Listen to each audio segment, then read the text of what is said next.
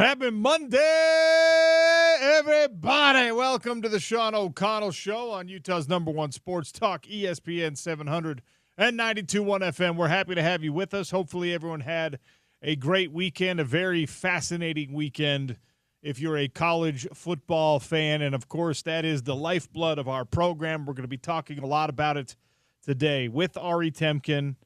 That's going to be a fun conversation with Scott Mitchell, who, if you were listening before my show came on, he was doing Down and Dirty, and he has some solutions. He has some ideas for how to restructure a college football playoff.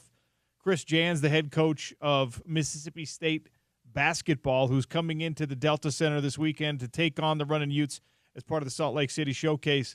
He joins us in the 1 o'clock hour. Fun show lined up, brought to you today and every day by our friends over at Big Willie's, 1717 South Main. Incredible food, incredible drinks, incredible staff, great pool hall if you're into shooting pool. They've got all the flat screens, all the televisions you could possibly ever need.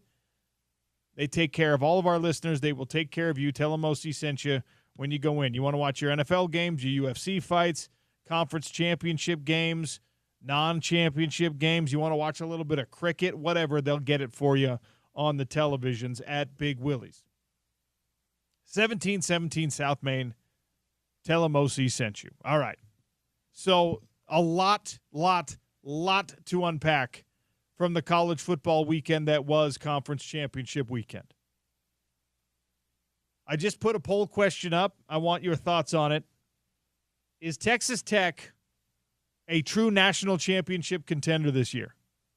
We've seen them now 3 times against teams from the state of Utah.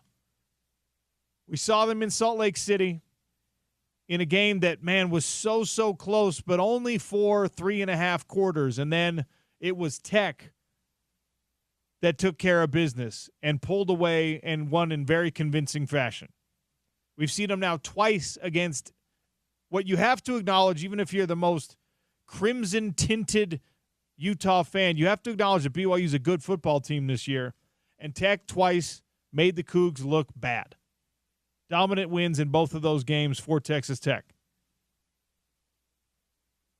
Are the Red Raiders a national championship contender this year? Because that's what the Big 12 is hoping for. The Big 12 is a one-bid league. 11-2 BYU was not so much as sniffed as a possible at-large. Remember when 3 weeks ago, 4 weeks ago, I was sitting here, and not doing it for the ratings, I promise, but I was sitting here being like, hey, guys, this might be a 3-bid Big 12 league. What a moron. What an idiot I was when Utah was sitting at 12, just outside looking in, and BYU was sitting at 11, and Texas Tech at that time was like 6 or 8. And I was just like, holy cow, this committee really likes the Big 12 Conference. Thank you, committee, for fooling me and making me sound like a doofus on my own radio show. What a dunce. 3-bid Big 12 league. That committee, hey, masterful sleight of hand to keep everyone engaged, and that's what the weekly ratings, the weekly rankings show is all about. Keep everyone in the country engaged. Get this conversation in for everyone, even the Big 12, even the ACC. Make them feel like they've got a place at this table. When they were like begrudgingly, all right, we got to let Texas Tech in. They look pretty good. BYU, not even in the conversation, not in a real way. Despite the fact that their only 2 losses were to a top 4 team. The intention of the committee the whole way through was to allow 3-loss Alabama in, regardless of how that SEC championship game went. Oh, and by the way, I'm not making a case that BYU belongs in. They don't. I'm not making a case that Utah belongs in. Sadly, they don't. I am trying to make a case that the process here is smoke and mirrors. And most of you out there were probably like, yeah, dude, we knew this was going to be the case. I am still gullible enough, or I am still naive enough that I feel like the results on the field, the sports fan in me feels like, hey, let's have these debates in good faith. Let's have these conversations in good faith of like, hey, is Is Notre Dame playing good enough football right now where they belong in this bracket? All right. Miami, are we going to put them in?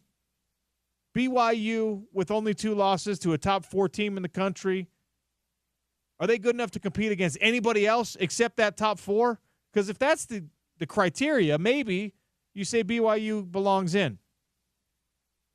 I don't expect Utah to be there because of what happened. But by the way, that recency bias that has applied to Utah and puts Utah down at number 15 doesn't apply to Alabama. Alabama has lost 2 of their last 4 games and struggled against the 5-win Auburn team.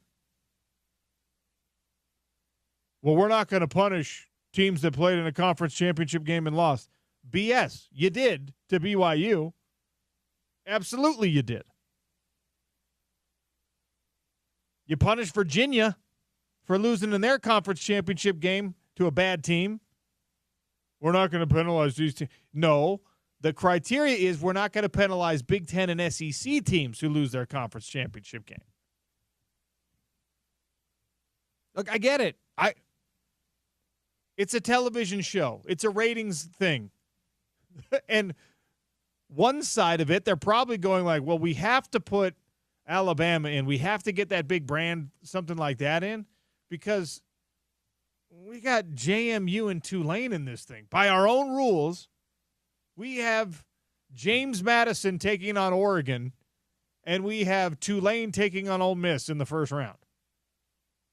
Those are going to be very poorly rated games. And I am not trying to be dismissive. We talked about this last week. I'm not trying to be dismissive of Tulane and Ole Miss. Oh, hey, look at this. Pat McAfee show is actually putting BYU in the graphic like Kalani Sitake asked for. Now that the college football bracket is set, they're saying who has the most beef? Who's mad? Notre Dame, BYU, Vanderbilt. Here's the thing. The 12-team playoff is going to be the same as the 4-team playoff is going to be the same if they expanded to 16, where everyone who's just on the outside looking in and feels like they've got a case, they're going to be like, hey, what the heck, man? And that's fine. But I am chastising myself for thinking that this was going to be a good faith conversation. Does Alabama have the most impressive wins, maybe of anyone in the bracket? Well, they beat Georgia 24-21. They beat Vanderbilt. These are all really good teams. Missouri and Tennessee have come back down to earth. They lost to Oklahoma.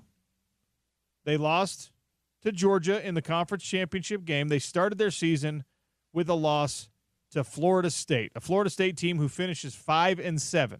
All right?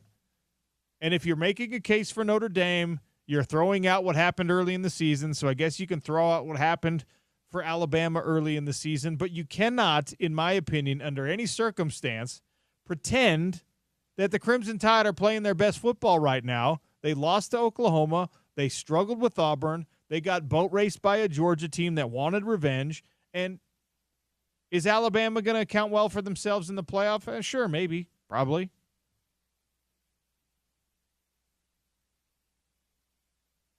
But the biases that exist are insurmountable. You cannot overcome this. There's not a path out of the Big 12 Conference for BYU.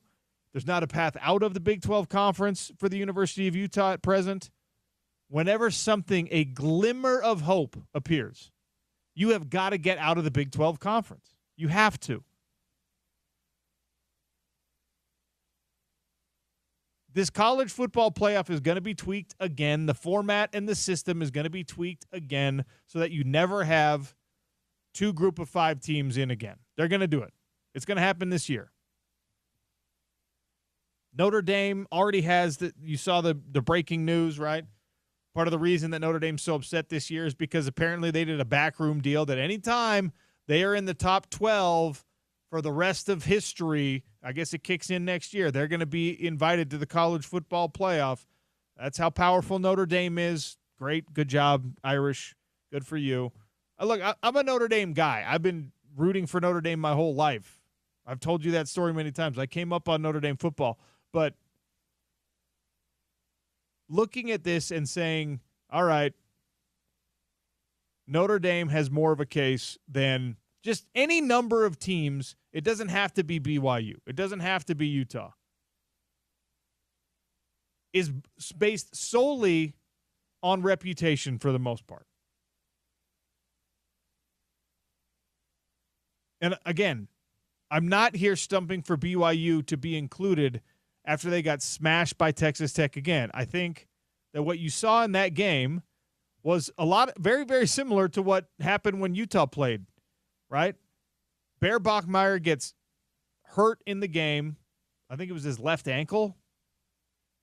Now he's playing on 1.5 legs, a running quarterback playing on 1.5 legs, who's like decent in the passing game, but not a stellar thrower. And what happens? It unfolds the way that the Utah game unfolds. You cannot beat that defense without everything at your very, very best.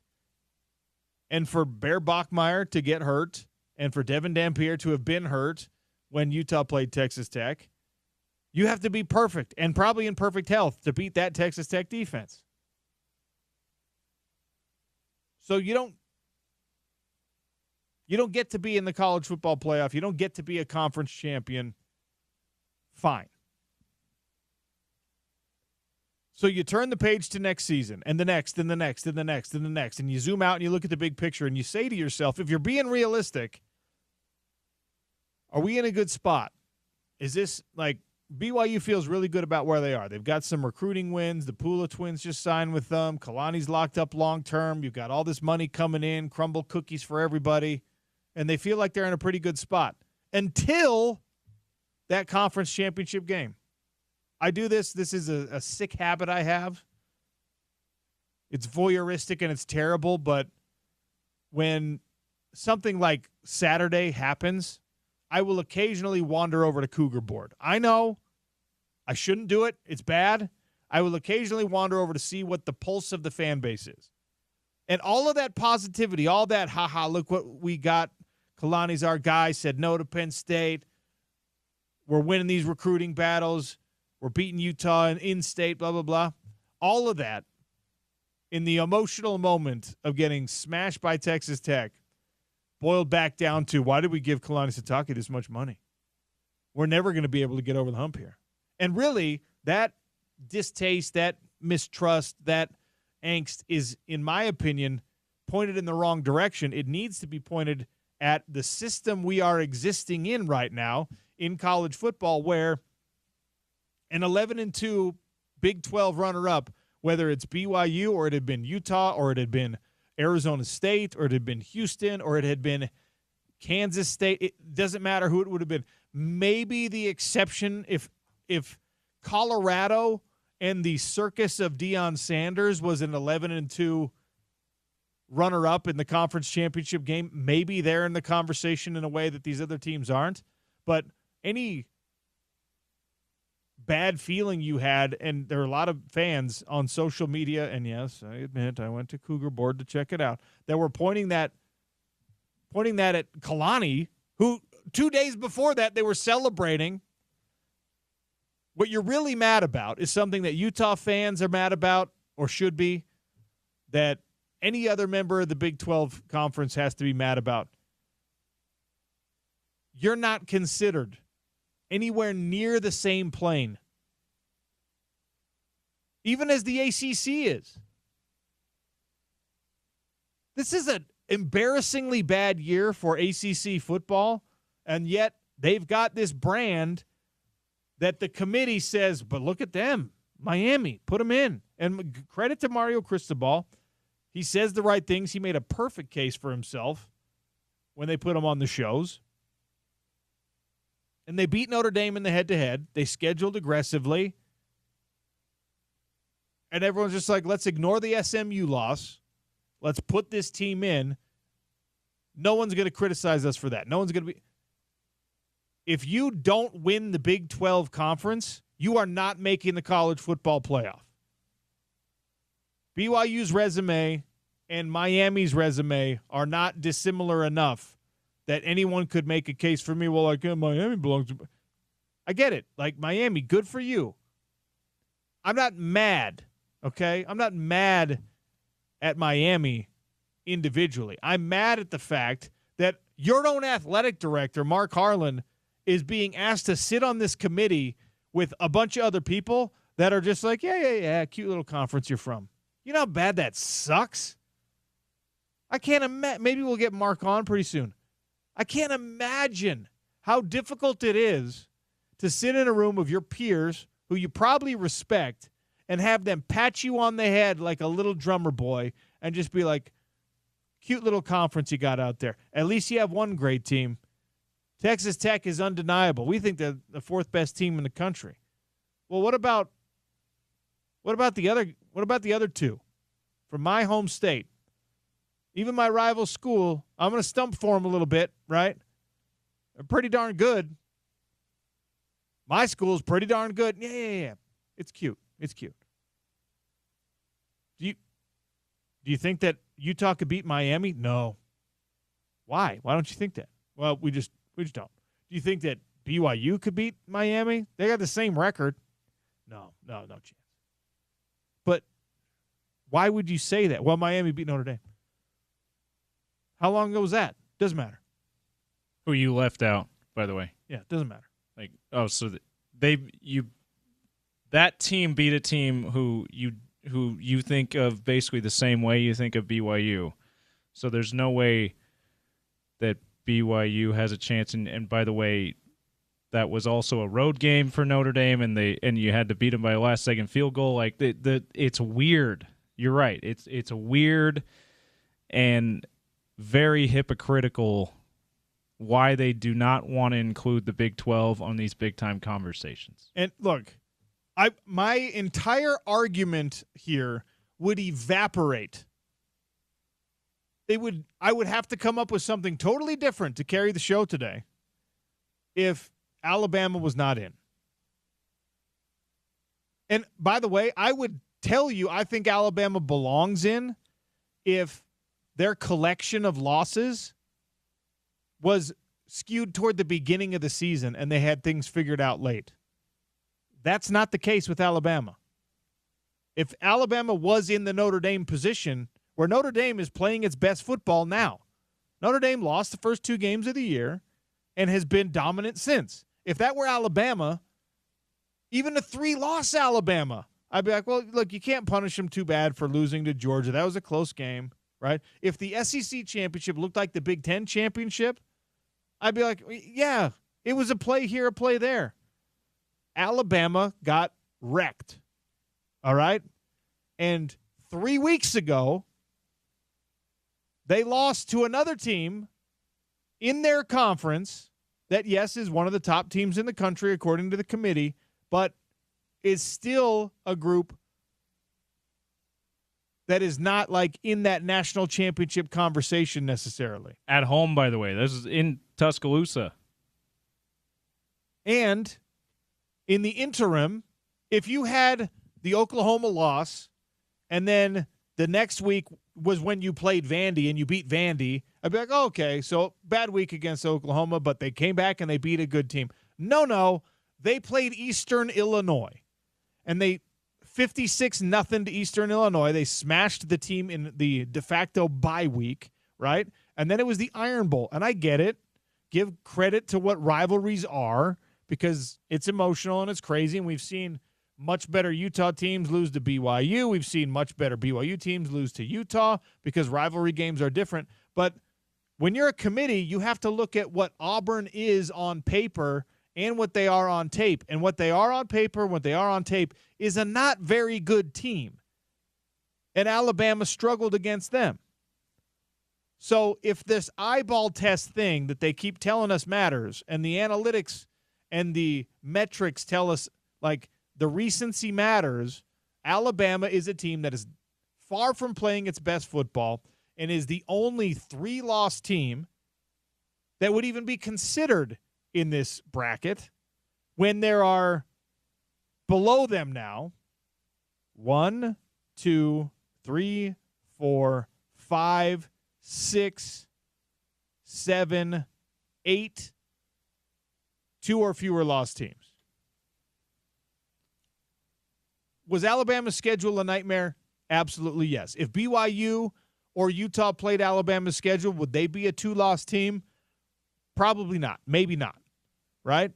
But you can't tell us, well, the SEC, big boy football, blah, blah, blah, and then say, but we're going to give them a pass on this stuff as well. Are you a great team or are you not? Are we trying to find the national championship contenders here or are you not? Is a 3-loss team something that matters or is it not? Well, not for Alabama. Anyone else in 3-loss is just absolutely disqualified. Even Texas as a 3-loss team is dismissed out of hand. You realize, too, quietly, Bama had a really good run. To your point, I thought about how Notre Dame, they lose their first 2 games against playoff teams and top 10 teams, and Miami stayed in the top 10 for a while after that. Fell out, now they're back in, obviously. And then Bama seemed to do the same thing until the Oklahoma loss. If you remember, they lose to Florida State. That's a terrible loss, right? Disgusting loss. They lose to Florida State. People were like, Kalen DeBoer, get him out of here. But then they win 8 in a row, I think it was. And then close loss to Oklahoma, which was really tough around here because it probably eliminated Utah from the playoff contention. So that's one we were watching real close. But tough loss to Oklahoma. But it's like, okay, they still righted the ship, though, after that Florida State loss. They still look like a good team. And then they go out and do this against Georgia, a team that they beat on the road earlier this year. I mean, it's just that schedule's tough. They got a lot of good impressive wins, more impressive than BYU's wins, more impressive than Notre Dame's wins, certainly. But I thought, like you said, I thought it mattered how you were playing going into the playoff a little bit more. I thought it did. Also, I thought it mattered. I think it should matter if you lose to a losing team. Why does that just get dismissed as like only one loss effectively? Like that's one loss is losing to a rival who is going to a bowl game, right? Who you're better than, but is still going to a bowl game. It's not losing to Florida State by 2 touchdowns. The way Texas lost to Florida a few weeks later, like. Well, okay, so to really boil down, because people are telling me I'm whining too much. To really boil down why this bothers me so like it does is because the rules are not applied the same to all schools and to all conferences. They're not, right? Alabama, even with their crazy impressive wins, a regular season win against Vandy is a good win this year. Regular season win against Georgia is a great win, right? They've got some really impressive wins, and they deserve credit for that. I'm not saying they're a bad team. I'm saying they're not playing great football right now. And if they were anybody not named Alabama, like even if this were Vanderbilt, if this were the exact same situation and they were Vanderbilt instead of Alabama, they would be out and Notre Dame would be in. Again, I started the conversation saying I don't think Utah belongs in. I don't think BYU belongs in. But if I'm one of those schools, if I'm any school in the Big 12, I'm saying get me out of this conference. We're a 1-bid league every year no matter what. That's what they're going to do to us. When they expand it to 16, they're not doing it to make more room for the Big 12. They're doing it to make more room for Notre Dame, who's out, for Texas, who's out, for Vanderbilt, who's out, USC, who's out. They're not doing it to make room for Utah and for BYU. They will find a way to do the mental gymnastics necessary to, well, BYU moved down a spot after losing the way they did to Texas Tech. I'm fine with that. You didn't look impressive, and now your quarterback is hurt. All of that has to be taken into context, and the committee would have no reason to put BYU in. They really wouldn't, right? If BYU was in this bracket, people would be like, why? No, what are you doing? Notre Dame is playing better football than BYU right now. And I'd be like, okay, sure. And Bear Bachmeier, if you're an unhealthy Bear Bachmeier, even there's a lot of time to rest before you actually have to play one of these games, is enough reason probably to keep BYU out. But, and I love the fact that there are statniks out there who pull this, since we've gone back to the conference championship game thing, there's been like 26 of these games played, and the loser of those games has fallen in the rankings every single time except once, and that is this week with Alabama. Stay in the same. They didn't even drop them to 10. And by the way, if it were an overtime loss by a point or something like that, the conversation, the calculus is different. This committee, with your own athletic director sitting on it, is patronizing the conference that you are part of and saying, hey, we have a place for you the same way we have a place for James Madison, the same way we have a place in this freakish year for Tulane, which, by the way, will never repeat again.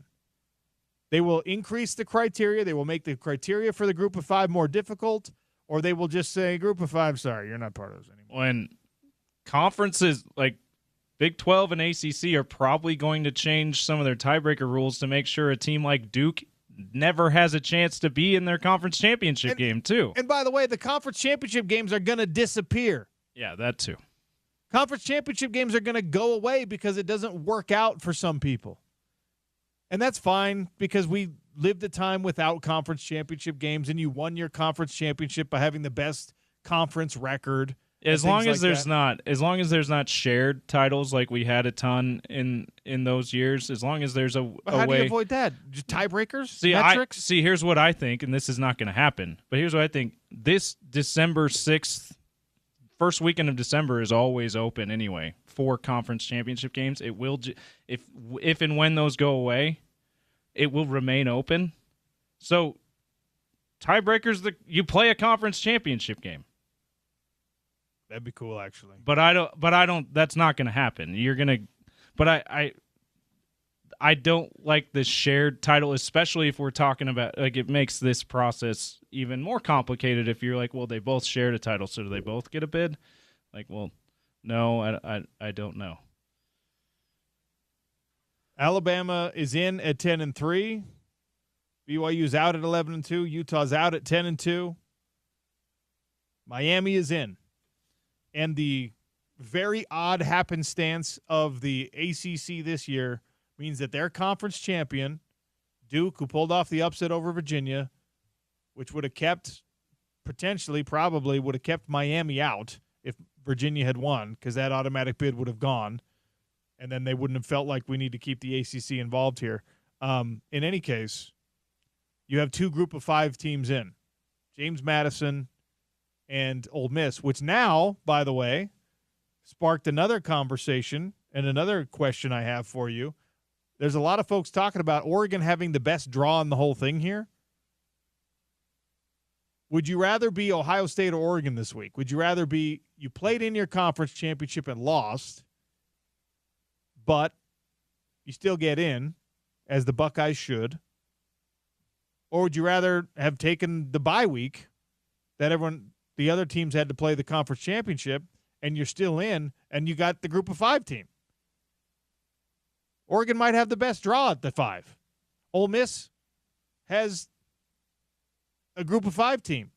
Although Ole Miss, I still think, is in a really bad spot with the whole mess of interim coach turning to be full-time coach and the offensive play caller who's going to call plays for you in the playoffs, but he's actually moving to LSU, and so he's doing other things. I think Ole Miss is in a bad way, but that's a different conversation. The system, by the way, is not really intact for anyone outside of the Big Ten and the SEC, and Notre Dame would say it's broken even for us now, but it is far more broken for the Big 12 than it is for anybody else. And that's your conference. Get out while you can. Oh, wait, you can't. Ari Temkin's going to join us next. We'll see what he thinks about this. Ari's a little bit more reasonable than I am, so maybe he thinks the Big 12's okay. I'm not sure. Sean O'Connell Show, ESPN 700, 92.1 FM.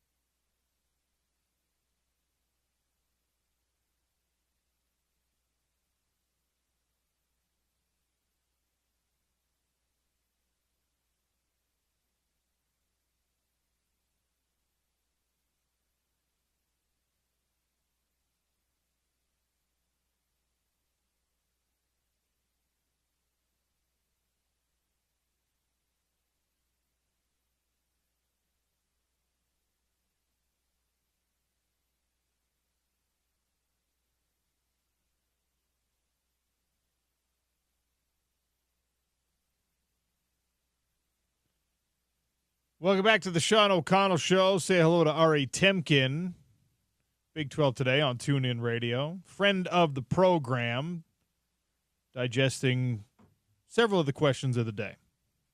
Ari, welcome back. How are you, sir? What's up, OC? How are you, buddy? I'm doing all right. I'm just trying to figure out why the committee hates the Big 12 Conference so much. No, we get bigger fish to fry here. Let's talk about first the game itself. Look, Texas Tech is a absolute nightmare to try and deal with, especially when you're on offense. That defensive unit, really, truly incredible. Are they national championship contenders? Based on the whole sample size, the performance in the conference championship game, the seeding, they get the first round bye. Are they a threat to win the Natty? Yeah, I mean, I think it'd be tough to watch this team and not think that. I mean, I'd assume, OC, that nationally people – could poo-poo BYU and could poo-poo the conference overall. And, and I get it to a degree, but, man, yeah, I mean, they are just such a load defensively. And, look, I mean, BYU in their second matchup with Texas Tech kind of knew what to expect, what to look for. They certainly were conscientious to try to run the football better, try not to turn the ball over. And, you're thinking, like, there's no way they are -3 in the turnover differential again. There's no way they rush for that few yards. And, that's exactly what happened. They had 4 turnovers, so they didn't have 3. They had 4, could not run the football again. And you look, it's like BYU was held to its 2 lowest outputs on the season, 255 yards, and they played in Lubbock, and not much better. They had 90 yards in the first drive, BYU did. They had 110 the rest of the game, so 200 total yards, their lowest since 255 against Texas Tech and Lubbock. So, yeah, I mean, look, true freshman quarterback. I think he got rattled. It's hard not to, though. I mean, he was strip sacked on a play that you couldn't believe how quickly that front seven was behind the line of scrimmage. So, yeah, I think they really are that good defensively, and I think the rest of the country is about to find that out. What is the weakness? We heard the broadcast team. We heard folks on the halftime analysis, hey, this is a team without a weakness. I don't know how much I agree. Obviously, they're a very, very good team. What is the weakness, if there is one?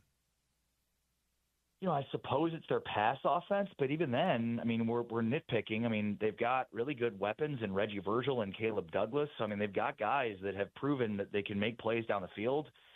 I simply wonder how they play from behind because – we did see their offense struggle a bit at times in the first half of that game when it was still close. And, it's like once the turnovers played a factor, they were off and rolling. So, when it was 13-7, you're kind of a bit nervous for Tech, but it was those interceptions in the second half that really got their offense rolling. So I guess it's their offense, maybe more specifically their pass offense. But, yeah, I mean, that's nitpicking. And I mean, we can look at the red zone touchdown percentage, and even that was significantly better in this game and has been significantly better since the last time they played BYU. So, I mean, certainly a weakness, I guess you could say, would be their pass offense and maybe more specifically their offense overall. But, I mean, it's a weakness I think a lot of teams would take right now. All right, let's get to some impossible-to-answer questions here. Love it. If BYU had lost to Texas Tech 13-10, like the Big Ten championship, would they really, in earnest, have been in the playoff inclusion conversation? Because it felt like a loss gave the committee all the excuse that they needed, and it wasn't a pretty loss. I'm not making a case for BYU. I don't think that what we saw from them would have put them in. But had it been different, had it been a really close game, do you think they would have stayed in the conversation? Yeah, I mean, I think so, and especially given that Alabama gets in despite, pretty lopsided loss by them in the SEC championship. I'm with UOC. Like, today's not the day to really be making that kind of an argument because, you obviously BYU had a chance to win the game, but also keep it close, and they just didn't do either of them. And so it's just tough to make an argument for a team that, pretty much got boat raced by a playoff team in 2 opportunities. And I think, like I've heard the argument of, well, Alabama's not being punished as much for losing in the SEC championship as much as BYU is in the Big 12. And, like, I'd push back on that. I mean, I know that Alabama ended up with 1 more loss than BYU, but, I mean, their wins, to me, far more impressive. I mean, going on the road and beating Alabama, might have been one thing if BYU had beaten Tech in one of those two chances, but I mean, Alabama did. They beat Georgia in the regular season and lost in the conference title game. They beat Vanderbilt. They had a stretch where they won 4 straight games against ranked opponents. So, I mean, I think it's a tough pill to swallow, but I don't have many arguments, quite frankly, with the selection committee. And I mean, the one I might have had would have been Notre Dame's inclusion over BYU or Miami. And obviously, that didn't end up happening. I'm super disappointed in Notre Dame. I feel like they should get some sort of a bowl ban or some kind of a punishment for skipping out on the Pop-Tarts Bowl because, especially towards the end of the year, there were major, question marks about BYU versus Notre Dame. And we had this Pop-Tarts Bowl ready to go, and Orlando would have been a fantastic matchup in terms of that conversation towards the end of the year with Notre Dame and BYU. But instead they bow out, and now it'll be BYU and Georgia Tech in that Pop-Tarts Bowl. But, I hate that move by Notre Dame to not play this game and, put it on the field against the BYU team that they were consistently compared to towards the end of the season. All right, Temkin is our guest here on the Sean O'Connell Show, talking about the fallout for the Big 12 championship game and what it means for the conference. That there are bowl-eligible teams and kind of the alternate teams, the 5 and 7 teams that would be the backfill sort of teams that have said no bowl game for us. Kansas State, no, don't want to play. Iowa State, obviously coaching transition happening there. Notre Dame is the one that is getting the most headlines, as they should, because they decided to take their ball and go home. For them, it's playoff or bust, which is a little bit annoying as someone who came up watching Notre Dame football. I don't like this behavior from the Golden Domers. But there are Big 12 teams that are saying, we don't want to play in our bowl games. And Brett Yormark and the conference have announced, like, if you're bowl eligible and you don't take a bowl game, we have responsibility to our bowl partners, so we're going to fine you as athletic departments. I don't think these are schools with crazy flush accounts. So now we're getting into a whole different conversation here. But what's your reaction to bowl-eligible teams in the Big 12 conference saying no to bowl games?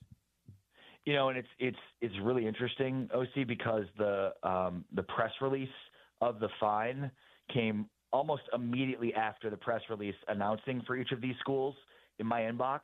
Like, it was like, ding, ding, almost like Iowa State and Kansas State called up the conference and were like, hey, if we decide not to play in this bowl game, are we going to get punished? And they're like, yes, and this is what the punishment's going to be.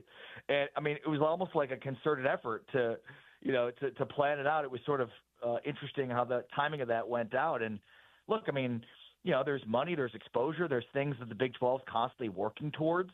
And that's the reason why they're being fined $500,000, $1 million, and be split amongst Big 12 schools, because that's money, again, that they're not going to have access to that they would have if those teams had decided to play in bowl games. Instead, they're going to go to other programs like the Armed Forces Bowl out here at A&G Carter Stadium in Fort Worth. It'll be Rice, a 5 and 7 team against Texas State instead of being an Iowa State or a Kansas State. I mean, I get it to a degree, where they're trying to turn the page on these years. They've got brand new coaches coming in, but I hate it. And from the exposure standpoint, from the Big 12 standpoint, and look, I mean, this is clearly showing that there are no, like, Notre Dame is one that stands out. It's super disappointing, and it's a big name program, and they're a big brand, and it's like, we're too good to go to this game. But I think this sort of new world of, we've got a new coach, and we'd like to just get on with our offseason and start building rosters. With Iowa State and Kansas State, like, those are teams that you'd never see from a Notre Dame, like Notre Dame opt out to say, like, oh, we're too good for this bowl game, because that's kind of what it seemed like Notre Dame was doing. So, I think before there was, like, the obvious opt-out of bowl reasons, and Notre Dame would be one of them. We're starting to see more and more reasons why programs would opt out. And so it just goes to show, like, yeah, there's probably too many bowl games. There's probably too many teams that get to bowl games.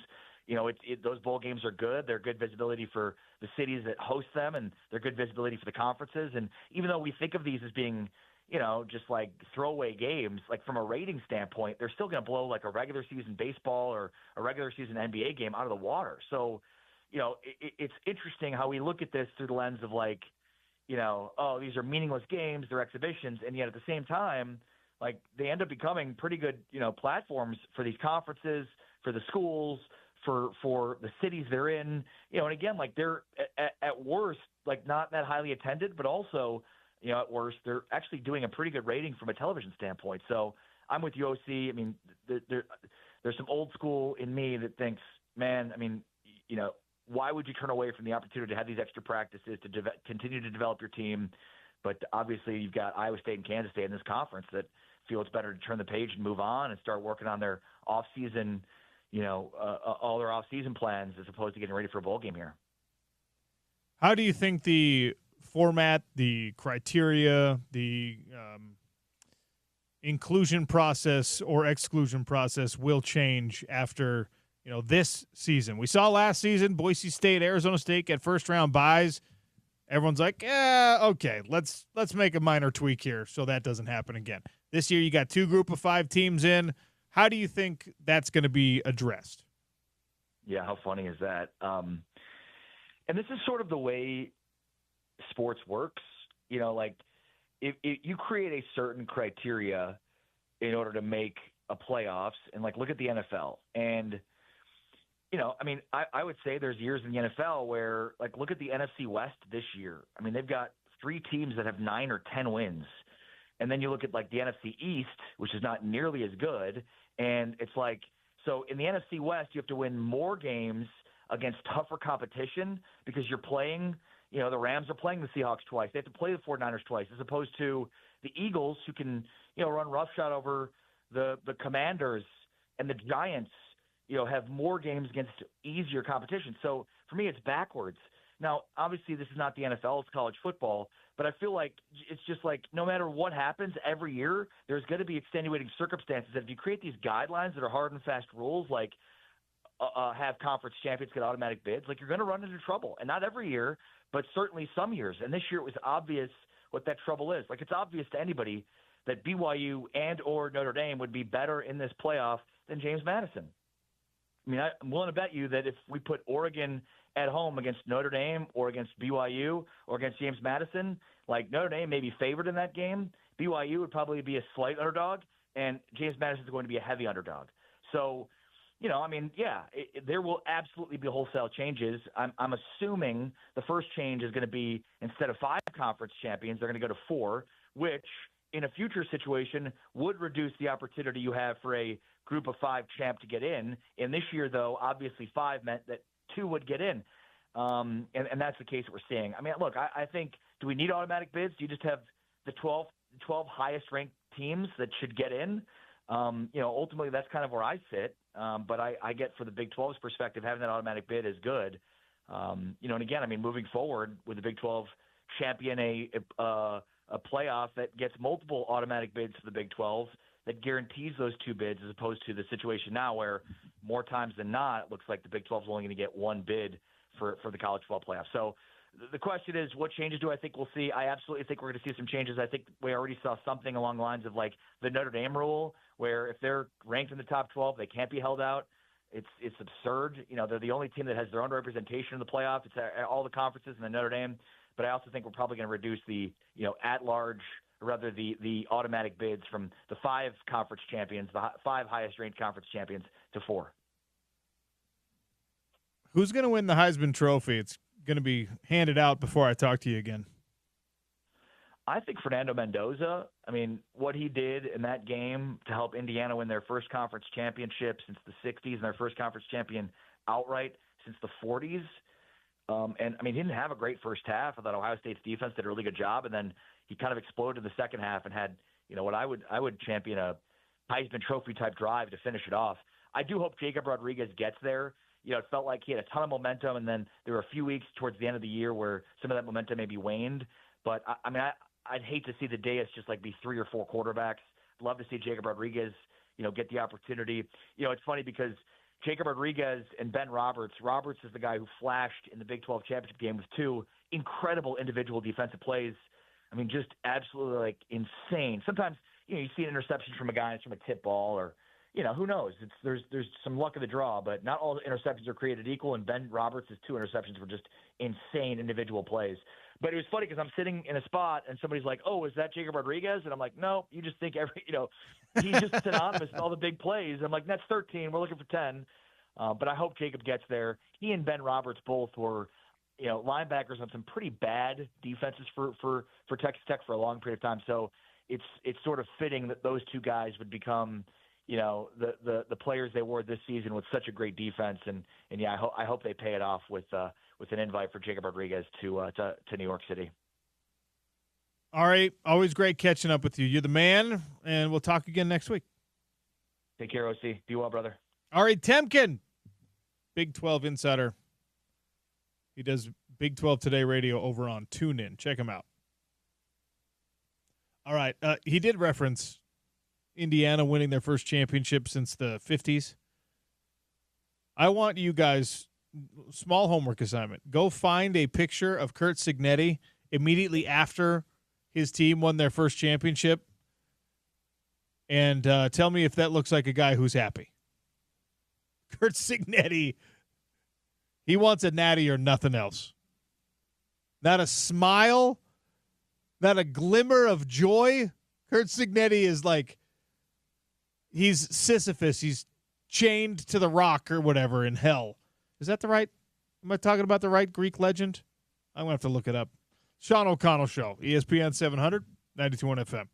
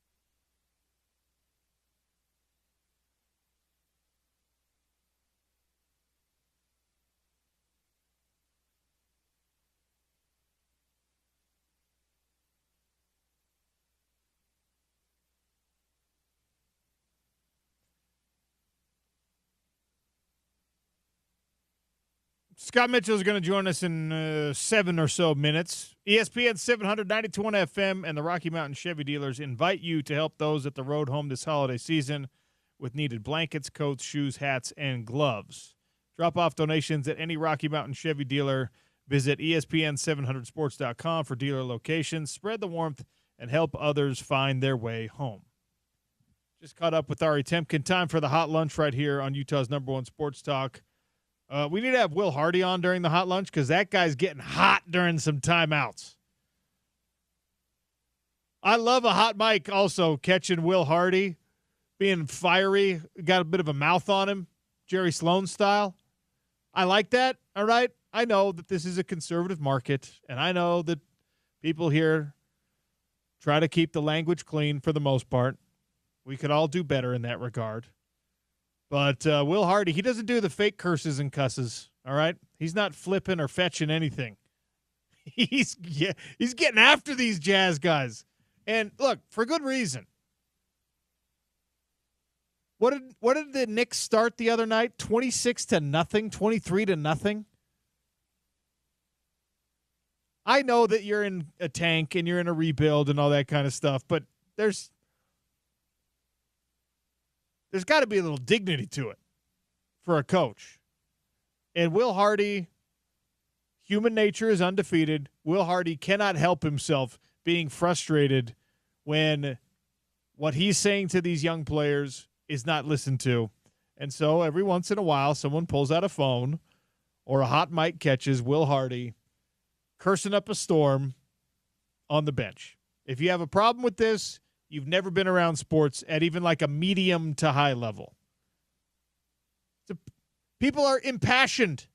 Coaches are frustrated. It's a high-energy situation. I remember actually one of the most surprising things when I was a sophomore in high school.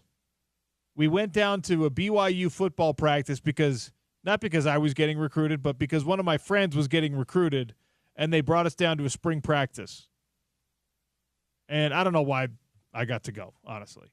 They wanted my friend. And, at spring, the media is not really there during the practice, whatever. And I remember being at a BYU practice and hearing very colorful language coming from all over the place. And I was like, oh, so even at BYU it's like this. So, yes, absolutely, even with the Utah Jazz, it's going to get loud and crazy and wild. And Will Hardy in the hot lunch is going to have some bad language. Give him a pass because those conversations are supposed to be for the players. Yeah, in the NBA, fans can hear front row. If you're a rich person who buys those front row tickets, just understand that you're going to hear a lot of bad language, I guess. Love me some Will Hardy, though. I think that he's the right guy for this particular job. 37 years old, very pragmatic, a practical guy, at least by what I can tell, who is just letting these guys know we got to improve here, regardless of the major plan for the season being to maximize our draft capabilities by not winning too many basketball games.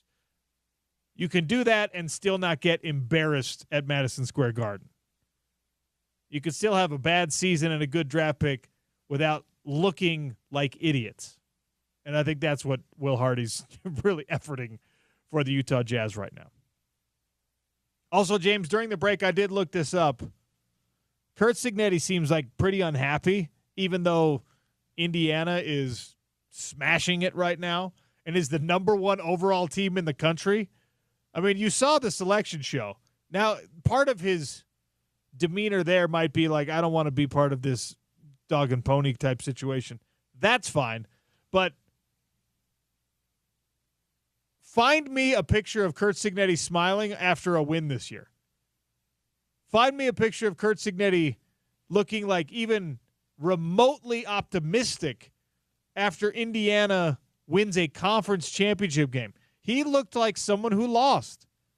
And then I was like, oh, maybe it'll just catch up later. Nope. The college football playoff selection show, he looked even more mad that he had to be here. He was nonplussed. He's someone who's just like, ah. So in the last segment, I said he's Sisyphus. He's the figure from Greek mythology. Did that end being the correct one? I can't decide because I think it kind of applies, but it also probably doesn't apply. So Sisyphus was cursed by Zeus in the afterlife because he cheated death, and he's saying, and Zeus was just like, oh, just wait, watch what I'm going to do to you when you get to the afterlife. And he cursed him to push a giant boulder up a hill. Oh yeah, that's Sisyphus. Okay, over and over again, and he could never get it to the top of the hill. It rolls back down every single time. There's a great documentary. I can't remember if it's Netflix or which service it was on, but it's on Steve Nash's career.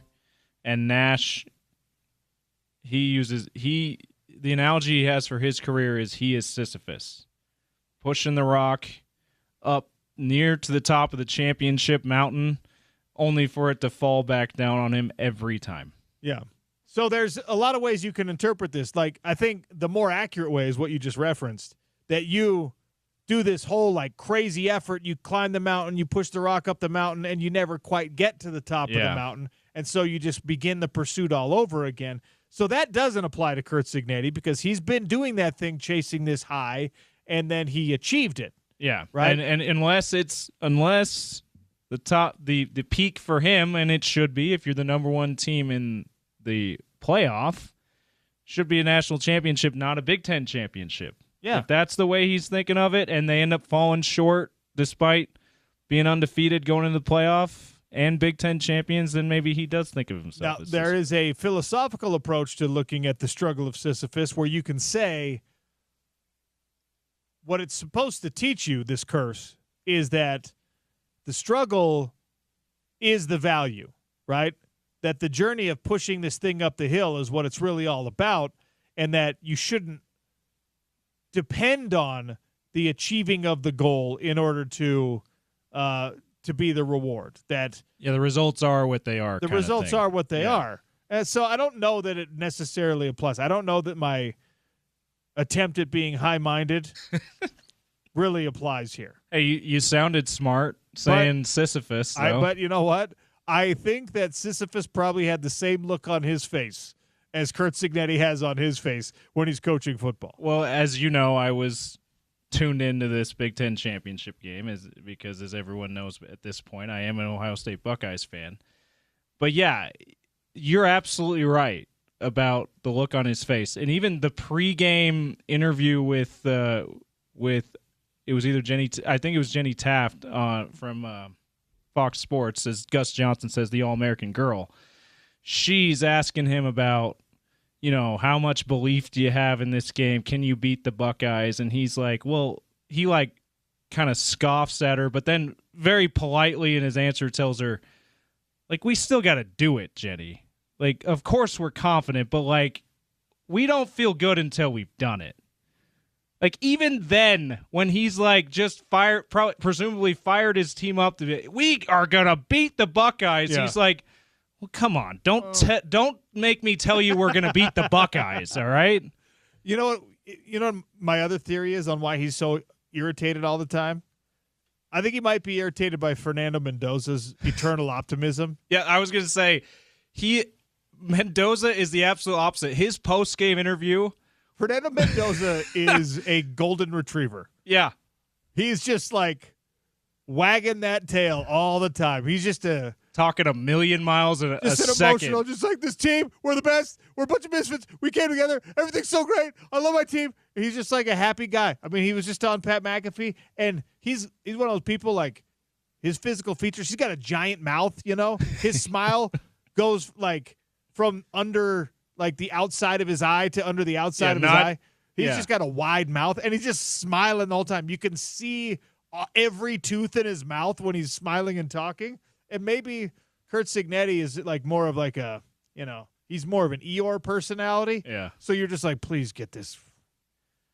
I got to spend more time with this kid who's always so happy and smiling. It just would irritate someone who's like that. Yeah. Yeah, you nailed it though. That was Cignetti's demeanor throughout the whole game, and even right after they beat the number one team in the country, the defending national champs, people up until that loss, people have thought they're going to probably win it again. He's just like whatever. It's another game. Like, can we get to the playoff already? Like, come on. Maybe Ryan Day, when he sold his soul to the devil so that his beard would never go gray and he could win national championships, maybe one of the terms of that agreement was you can never win a conference championship. Yeah. I'll let you chase this ultimate high, but you can never be a conference champ. I mean, he won in 2019 and 2020, but yeah. I mean, but in order to get on the way to the championship. Okay. I don't think that he immediately sold his soul to the devil. Oh, I see. Yeah. I mean, like, that was his first 2 years when he was like, "Please, can I please win a national championship, please, or they're going to fire me." Right? Yeah. The last year, yeah. I got you. The other thing, Devil went down to Georgia with the fiddle competition. He was just like, "I'll give you a black beard and I'll let you win a natty, but you cannot have a conference ring, Ryan Day." And then boom, fire and smoke. The other thing, real quick, speaking of coaches' demeanors and how they sounded, Ryan Day, who was up until this season has been the cheesy, always optimistic persona in interviews. Before that championship game, he actually sounded like a real person for the first time. I'm like, holy cow, did the national championship change you, Ryan Day? You're changed. I was expecting Fernando Mendoza type, like, I'm just always positive and glory to God and all that. I got a lot more of a Kurt Signetti from him, and I don't hate it. Like, it felt a lot more real. So that was another interesting thing for me in this vein. All right, got to take a break. Hour 2 begins with Scott Mitchell, host of the Down and Dirty, the Utah football legend. He had some thoughts on this college football playoff selection, and we'll get to it with Scott. ESPN 700 and 92.1 FM.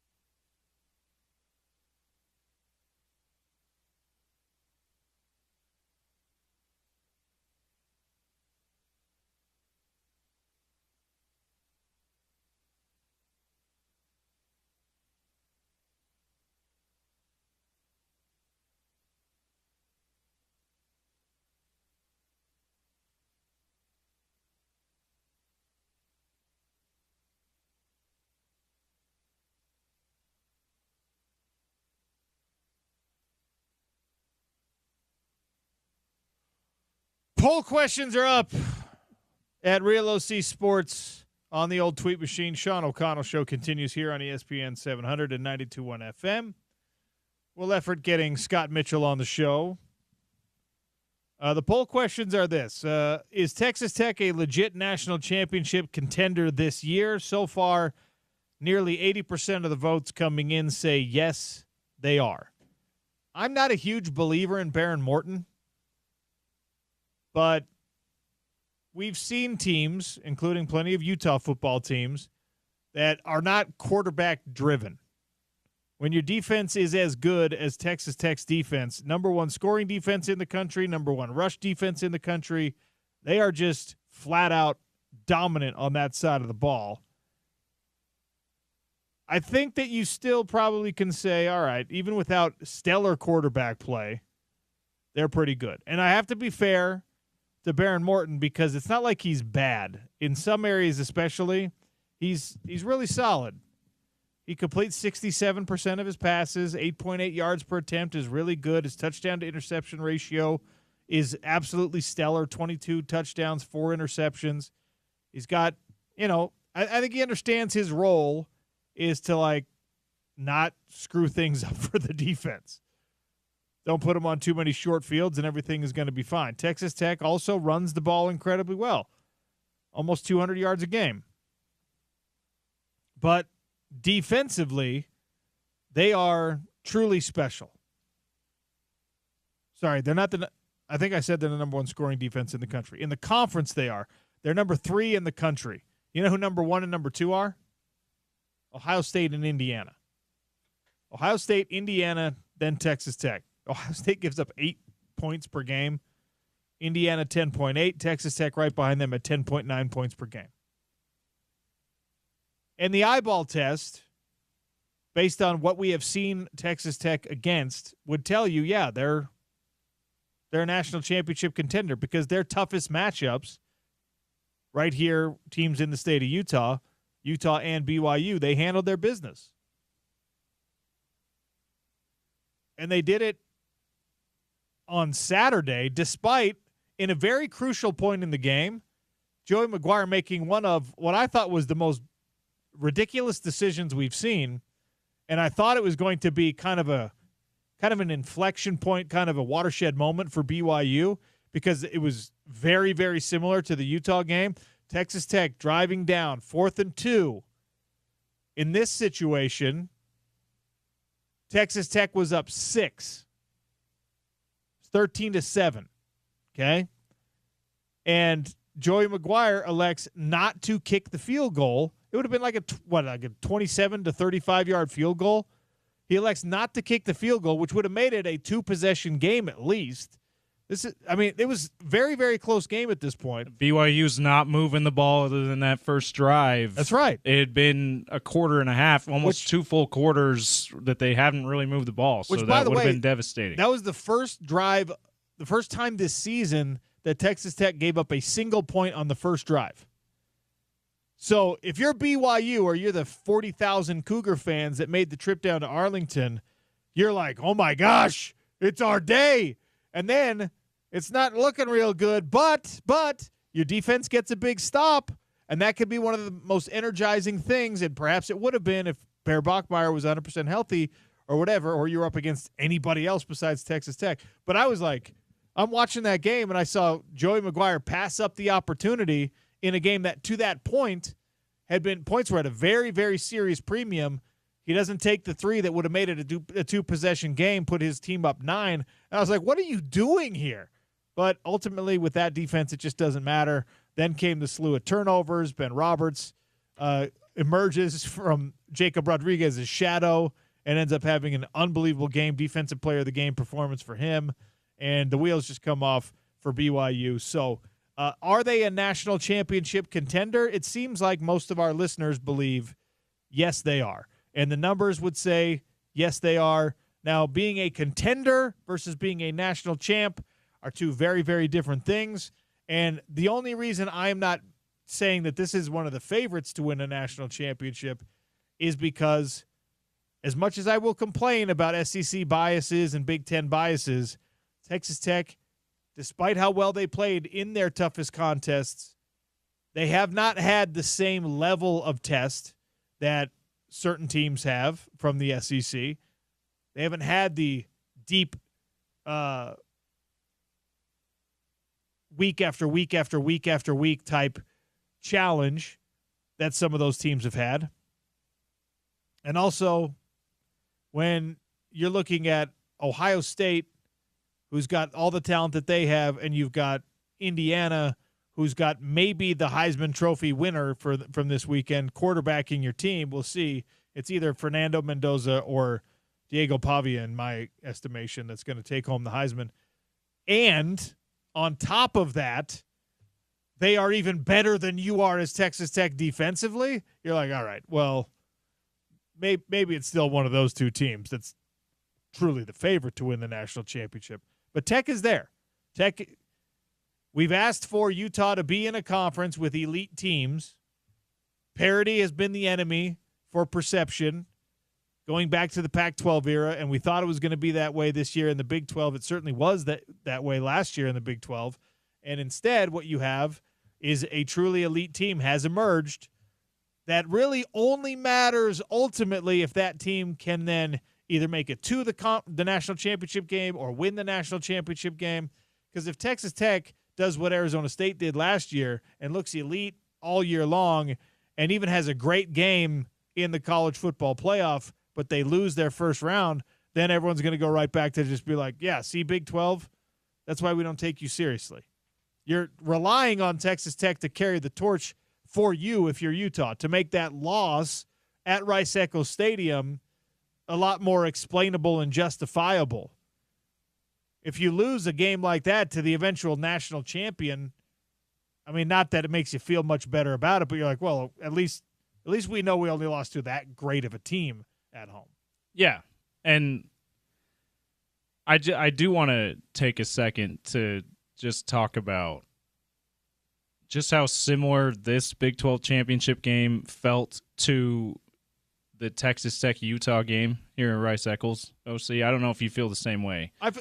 Exactly the same way. It's like right down to the quarterback being banged up. Right. It's other than the only big difference was, just as you mentioned, Texas Tech has hardly ever trailed this year at all, especially after the first drive. They hadn't until the Big 12 championship game. That's the big difference.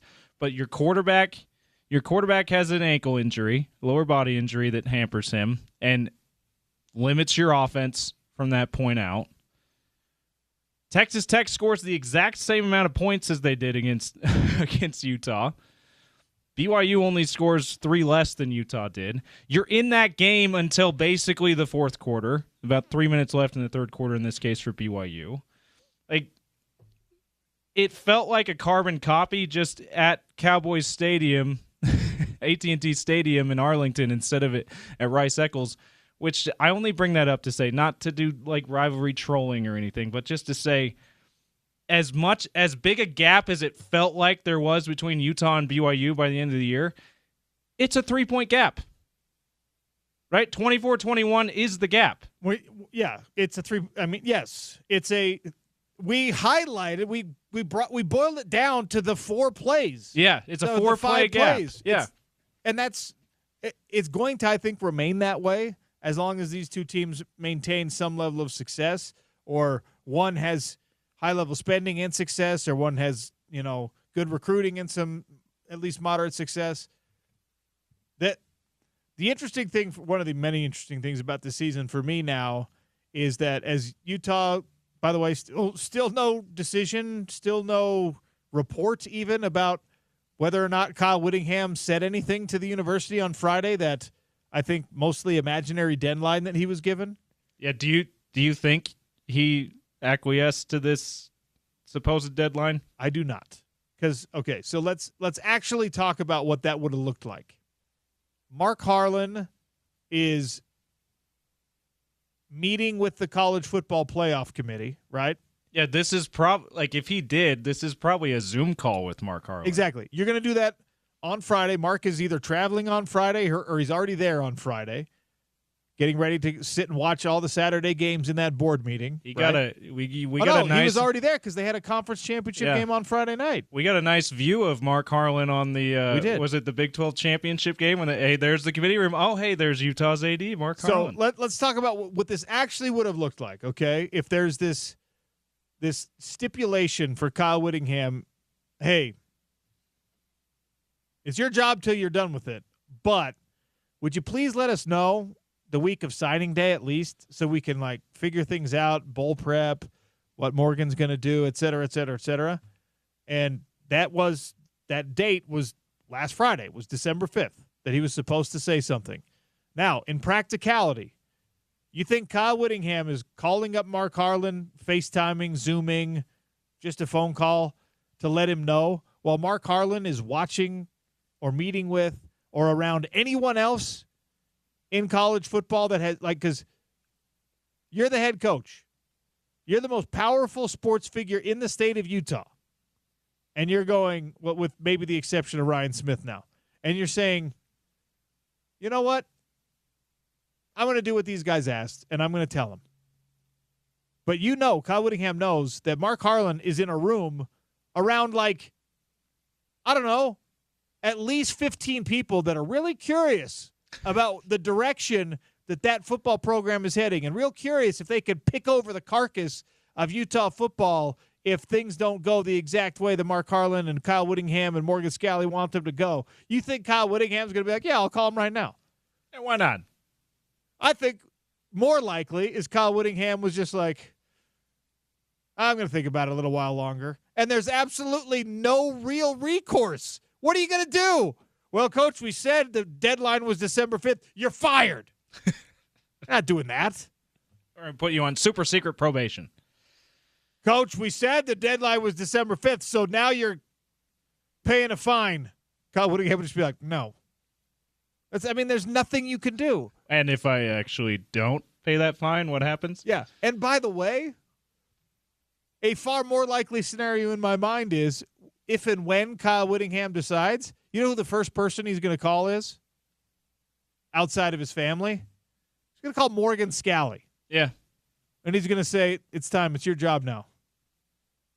And then Morgan's going to be like, all right, are you telling people? Do you want me to tell people? And then he's going to do whatever Kyle Whittingham says in order, like, to carry through those desires. And if you had any doubts that Morgan Scalley, who was a star on Kyle Whittingham's defense the 04 season and others in 03 season before that, and has been his defensive coordinator for more than a decade now, been on the staff for even longer than that. If you had any doubts that he wouldn't just do whatever Witt says in this case, even though, hey, now I'm the big boy, this means I'm the head coach. All you gotta do is listen back to our coordinator's quarters when you've tried to get him to give any kind of hint about, hey, has Witt told you anything? And he has shut it down in the most polite way possible. He said, brother, Kyle Whittingham's the head coach. Yeah, I'm not a head coach. I'm just here so I don't get fined. He's just giving you. And look, Kyle Whittingham is interesting because he has like that super old school mentality which demands a respect for authority and a sort of adherence to hierarchy, but also he's got that thing where he's like, I am the hierarchy though. Yeah. So maybe he did notify the university and he asked for the grace and the let's let all the dust settle. Let's get some practices in for bowl preparation, or let's do a press conference, and I'll say co-head coaching. I'm going to go out. This will be my last one. This will be Morgan's first one. That's what I hope happens because that's how Kyle Whittingham's tenure started. He was co-head coach in the Fiesta Bowl. That'd be cool. I hope that's a little poetic. I would like to see that. Good preparation for Morgan too, you would think. But I went on Talking Sports with Adam Miklich this weekend, and he was like, what do you think? Is this Kyle Wood? And I've been telling you guys for weeks, for months, yeah, I think this is it. But now I'm like, well, now you got a really good team, a lot of young talent coming back. You got a lot of really exciting freshmen coming in, and we don't even know what the transfer portal situation is going to look like yet. You know how hard it would be as a coach who's a lifer to make a decision without everything figured out? The transfer portal, I think, actually kills you if you're looking for certainty and stability and the right place to make decisions, because if you're Kyle Whittingham and you're eternally optimistic about your own abilities, your coach's recruiting abilities, the abilities of your fan base and your booster base and your athletic department to provide you the resources you need, you're looking at it, you're going, the transfer portal is going to work out great for us again. It's been a net positive for us basically my whole tenure. It's going to be good for us again, so maybe I'll want to stay. And then he could make a decision, I want to stay, tell everyone I want to stay. Now we all settle into another year of Kyle Whittingham. And then January 3rd, you get this mass exodus or something crazy, and then you just be like, wait, maybe I don't want to stay. The transfer portal makes it even harder to make a decision like this. But we have no reports as to what's happening one way or another. I feel like there's a lot of people, OC, that are surprised that we didn't hear anything. We're thinking this was a real deadline and that it entailed a public announcement too. And I didn't necessarily think it was an imaginary deadline, but I was under no impression that this was a public. This is a deadline that said you have to tell the public what you're doing too. So I'm not surprised at all. We still haven't heard anything about Witt's future. I do think there's a possibility that Mark Harlan and the athletic department know at this point, but there's no way we would have found out on Friday. That's how I was thinking going into it. I also asked the poll questions about whether or not you would rather have a conference championship or an arbitrary at-large bid to the college football playoff. I still am old school enough. I'd rather, you're not hanging a banner for being the number 12 seed in the college football playoff. And losing in the first round. You don't get a ring for being invited to the college football playoff. I want a conference championship. Now, would it be great to see this Utah team in a college football playoff invite situation? Sure, of course. It's not like I'm going to look that gift horse in the mouth. But I would have been just as unconvinced as everyone else that they belonged in the field this year had it happened that way. I'm asking, would you rather be Duke or Miami in 2025? Let's assume Miami loses their first game. Yeah, so you're either not making the playoff or you make the playoff and lose in the first round and you're forgotten, or you're not making the playoff but you have a conference championship, so you're a little more memorable. Like Duke is the conference champion this year in the ACC. Say whatever you want about their season, say whatever you want about their unexplainable losses.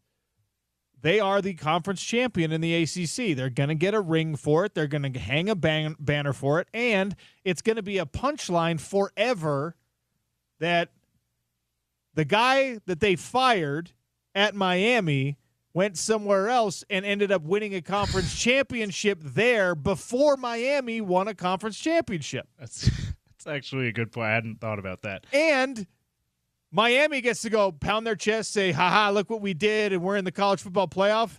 And Duke gets to go, we won the conference championship.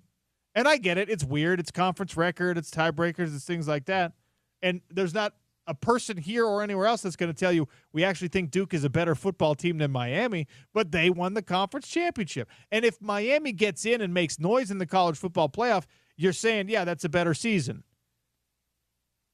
That's a better in 2025. That's a better season to have. But what if you get into the college football playoff and you lose the first game? Well, they're the 10 seeds, so it's A&M, right? Yeah. In College Station. Yeah. I would say that's the likely outcome. So let's say you get in, but you lose. It's kind of like when we're talking about being an NCAA tournament team, March Madness. Hey, we're a tournament team. Okay, but until you get to the Sweet 16, do people really care that you're a tournament team? Yeah, do people even know that you went to the tournament that year if you didn't get past the first weekend? Yeah, totally fair. I think I'd rather be Duke, OC. I know that's the vast minority, and I get logically why it feels like a no-brainer you'd want to be Miami, but like at least you got the conference championship. You make the playoff and you lose in the first round. You got no hardware, you got nothing for it. That's my point. The conference. I don't want to keep devaluing conference championships. Like this, Oregon might be in a better spot than Ohio State.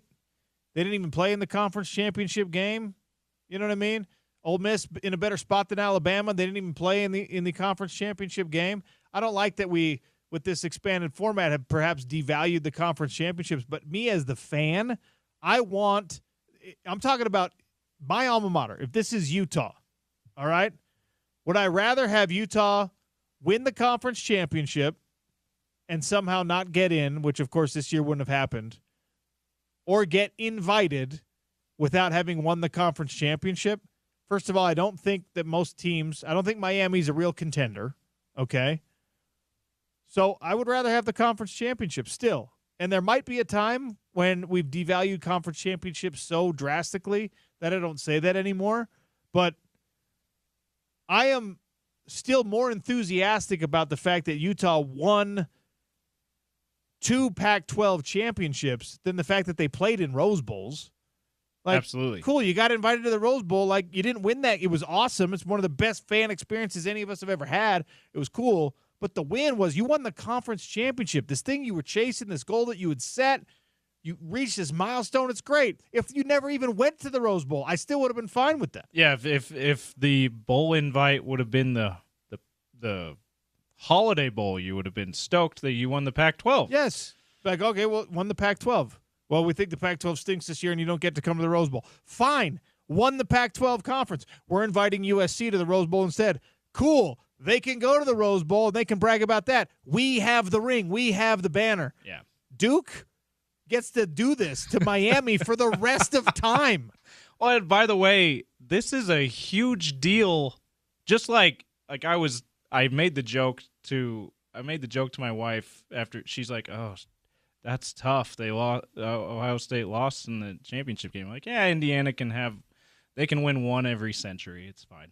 Like, but Indiana gets to be like Duke is like Indiana in this case. Obviously, not near as good, but where it's like we don't even try in football until a couple of years, and we got a conference championship, and the team that really tries in our conference,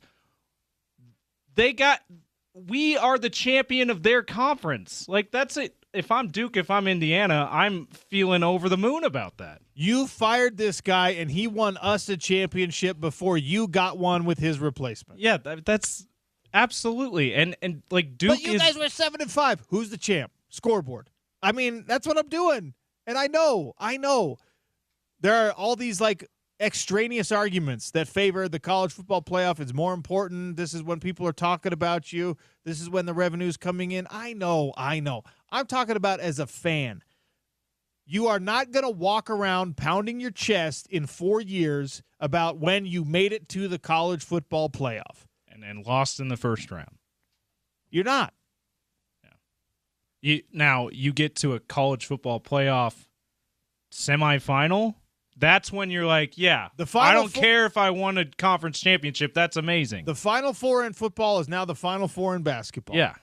We celebrate the Final Four in basketball almost as much as we celebrate the national champion. Yeah. You make it to the Final Four, it's that difficult that we should give you that. But Boise State had a special, remarkable, incredible year last year. I promise you, the thing that 10 or 15 years from now matters to that fan base most is going to be we had a Heisman finalist and we had a conference championship again. Yeah. And thankfully, they won their conference championship. Yeah. Absolutely. All right. Daily Dump is coming next. It was a very strange weekend in sports, including gross injuries happening in sports. We'll talk about that on the Sean O'Connell Show, ESPN 700, 92.1 FM.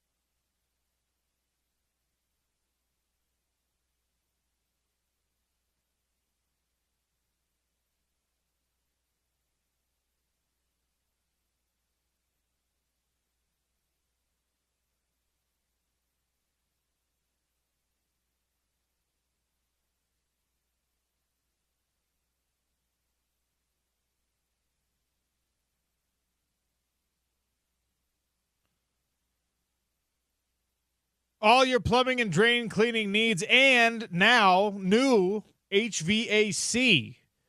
Valley Plumbing, ready to handle it all for you. Look for the truck with the duck. Sean O'Connell Show continues with the Daily Dump here. It was a bad injury weekend in sports. The NFL, you saw some gross ones. If you're not a big UFC fan, you're not a big MMA fan, fine. There was a really horrible, if you're the kind of person who likes watching this stuff, which I shamefully admit that's me, I want to see the gruesome injuries. I don't know why. As long as I know that they're okay, as long as I know the person's not, like, dying, I'm like, all right, show me that horrific leg break.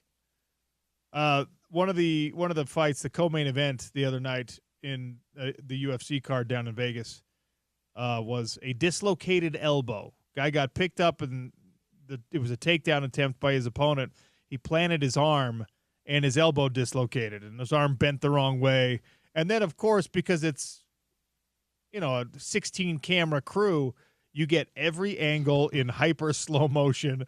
And amazing. Social media was blowing up. People were like, stop showing the replay, because it was one of those where there's plenty of people who don't want to see it, and it's just like, oh, no. So, and you were saying, show me more. Pantoja. Go look it up. Alexander Pantoja. Pantoja, elbow. Just type that into the old search, and you will find it on Twitter or anywhere else. It was a nasty, nasty elbow dislocation. I haven't looked today to see if they did the MRI and saw like how damaged it was, what kind of surgical repairs are going to be needed. But that was gross, right? And then you saw in the Commanders game, you saw Zach Ertz, who's just a longtime veteran. Guy goes low as he's coming across the middle. And I have to say, it's a tough spot for defenders to be in because you can't hit him high. You can't hit a defenseless receiver.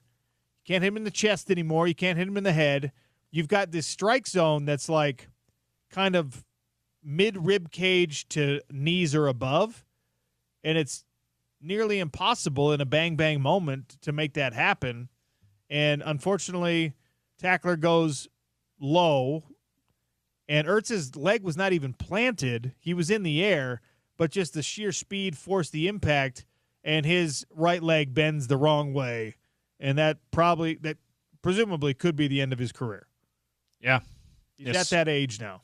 Certainly out for the season. It was rough seeing Marcus Mariota's reaction as he walks over to give like well wishes and like condolences to Zach Ertz, and just to see like Zach Ertz he was crying into his towel as he's being carted off. Like that was rough. Yeah, nasty. And you hate to see that kind of stuff. Again, I watch it, I can't look away, and you're just like, oh, a knee is not supposed to bend that way. But you hate the human outcomes and what that really means, especially if, you're talking about a veteran who's been around the league for a long time and champion, all that. Potential year of rehab, and at that point you're 37 years old, and who knows, but so OC, you were all about watching the Paul George leg break at the 12 years ago, Team USA, and the Gordon Hayward nasty ankle injury. You were all about that? Yeah, I'm watching those. They gross me out just like they gross everyone out, but I watch them. That's just, I can't help it. It's kind of like, it's a compulsion. In any case, gross injury weekend. I'm not telling you should go pay attention to the Zach Ertz video or to the Alexander Pantoja video, but if you are so inclined, you will cringe at how ugly they were. Now, Daniel Jones also out for the season with torn Achilles. That one was not as visually jarring, but a massively important injury in the NFL this year, and obviously for the Indianapolis Colts, a huge bummer. Huge bummer for Jones, whose career resurgence now gets put on the back burner for however long. That sucks. You never want to see that for guys. Is it me or Achilles injuries happening more frequently now? Oh, way more often. And this used to be a rare injury. Yeah, and they're not career enders like they used to be. It's amazing the advances that we've gotten to OC. ACL injuries used to be a career ender or close to it, right? And that's been long since been, you're out for a year, but you'll be fine. You can come back near basically the same player. Achilles injuries right after that, after they made the advances, Adrian Peterson most notably wins an MVP after after tearing his ACL. It's like after that point, then it became, okay, you tear your Achilles, your career's over, or at least you're not near the same player if you come back to play. It's been 5 years since that's been the case. I mean, maybe longer. You've seen guys that, even in the NBA, where there's so much elevation. Kevin Durant came back after tearing his Achilles his last year with the Warriors in the finals, famously. Comes back and plays All-NBA Hall of Fame level. He's still near that level. I mean, bad deal for the Colts, but like you said, not what it used to be. No, and I'll just say this. So many people, I think you may or may not have been one of them, were like, hey, you got to be excited about your Colts this year, 8-2 or whatever. And I kept saying, I just don't know yet. And listen, I'm not saying I saw an Achilles tear happening, but I did see Daniel Jones possibly turning into a pumpkin, and he started to do that the last couple of games before this tear, and they were losses. And now he's out for the season. I'm like, yeah, this is kind of why I wasn't all in on, hey, they'll win the Super Bowl this year. Some injuries and more likely that quarterback just is not going to play. I just wasn't sure he was going to play at the all-pro level he was playing at for the first month and a half, 2 months of the season. This one is the soap opera that will forever now surround college football right around this time of year. Sam Leavitt, Arizona State quarterback, who, look, we saw how good he can be last season against the University of Utah. This year, you didn't have to deal with Sam Leavitt. Texas Tech did have to deal with Sam Leavitt. To the credit of the backup Sims, he came in after Sam Leavitt went out with a season-ending injury and ended up playing some really important games for Arizona State. He ended up looking respectable, and he made ASU look respectable. He made ASU look respectable. He actually got his jersey put in the ASU Sports Hall of Fame because it was like the 300 yards rushing for a quarterback. Oh, yeah. So some good moments for Arizona State under Sims. They ended up losing the Territorial Cup to Arizona, obviously. Sour note. And I didn't really pay much attention to this while the season was going on, but there was kind of like some there was a little drama swirling around the Sam Leavitt situation because he was not around the team when he was injured after the season-ending injury. He didn't stay around the team as much as people thought maybe he should. At the Arizona game, he was nowhere to be found. And people were like, well, is he up in the booth? He wasn't up in the booth. So as far as people know, he didn't even go to that game.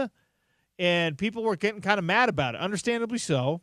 This is a young man who is supposed to be a captain on the team, is a captain on the team, not supposed to be, is a captain on the team, was obviously highly compensated this year. I mean, the reports were out there that he was maybe getting like $4 million at Arizona State.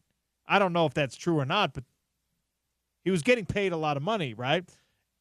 It was not dissimilar from the sort of lack of communication and the lack of trust that started to develop around the Cam Rising situation with Utah, right? Because you just can't feel as good about a guy when you're not watching him play, and then he can't feel as good about you when he's hearing what people are saying about him, and he's not getting attention from the coaching staff because obviously they got to move on and do their thing. And it creates this kind of sour grape sort of situation. Well, in the case of Utah, I'm happy to report that the internal relationships with his teammates, Cam Rising departed, went on to, the next stage of his life with his teammates still saying really good things about him. Sam Leavitt, I don't know if that's going to be the case. They had their team banquet, their postseason banquet at Arizona State. Sam Leavitt did not attend. They had all the captains, all the seniors stand up at the banquet. They acknowledged, the coaching staff said things about him. They were allowed to address their teammates. Sam Leavitt, when it became his turn, he's not there. Kenny Dillingham said, it would be cowardly not to address Sam since he's not here.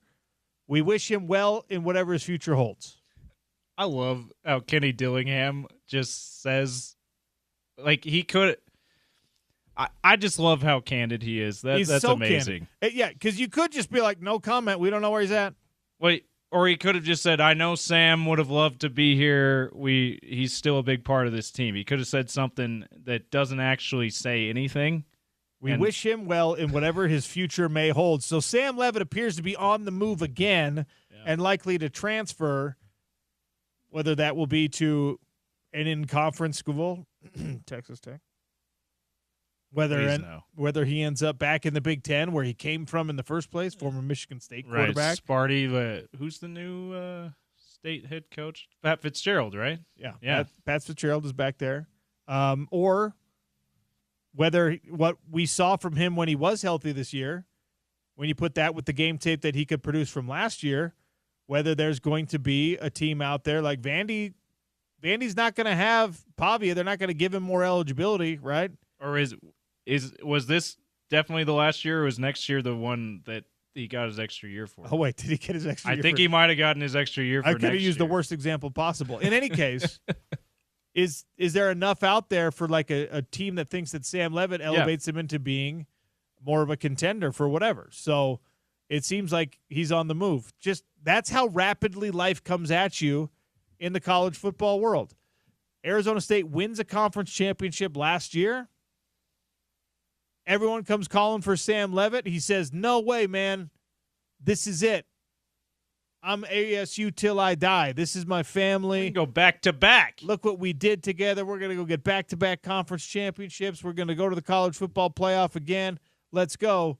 And less than a year after that, it seems like he's gone. His team's having a banquet without him. And if you're one of his teammates, right, in the transfer portal, the business world that college football is now, in most cases, you're just like, yeah, come to the banquet, dude.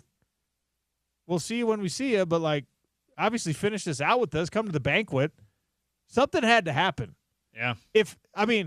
I can't imagine a single guy on Utah's football team who doesn't go to the banquet after this year, even if he's entering the transfer portal. Or injured or not. Like, you were injured you didn't play much this year or not. Like, that's something, I'm glad you brought up the Cam Rising injury situation, because that's something that we saw from Cam. The reason why he probably still has a great relationship with majority, if not all, of his teammates from his time at Utah is that he did not disappear when he was out for the season.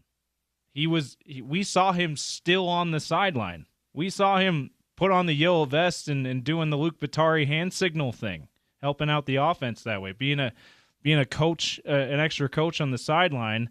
We know that from reports that Chris Camrani had a great piece about it. Just inside, he was not doing so well, but he still showed up, right? And so say what you want about Cam Rising, he did that. That was important to him, and his teammates love him for it. It's hard to see. It's hard to imagine that ASU is in the same boat with Sam Leavitt if he's not even bothering to show up. Yeah, it's a weird deal. Also, apparently people at Arizona State were a little bit bothered because when Sims would do great things, you're the injured starting quarterback, but usually the customary thing is to like acknowledge that your backup, wow, helped us win this game, good job or whatever.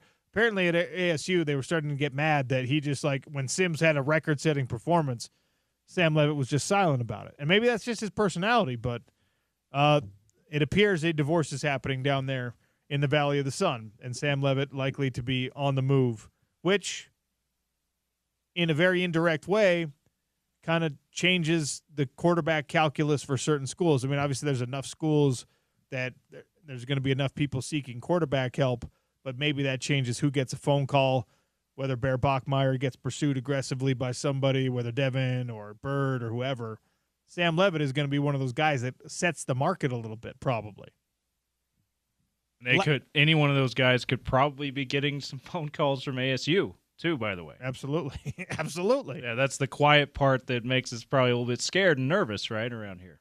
Devin, I don't think you're worried about Devin Dampier. He seems like he was real classy about it when we asked him and tried to get details on it, but he seems like a bridge was burnt at Arizona State. And I don't know if Kenny Dillingham or anyone else, despite the comments of like, hey, we should have recruited him, should have done a better job. I don't think that could be repaired, but we'll see.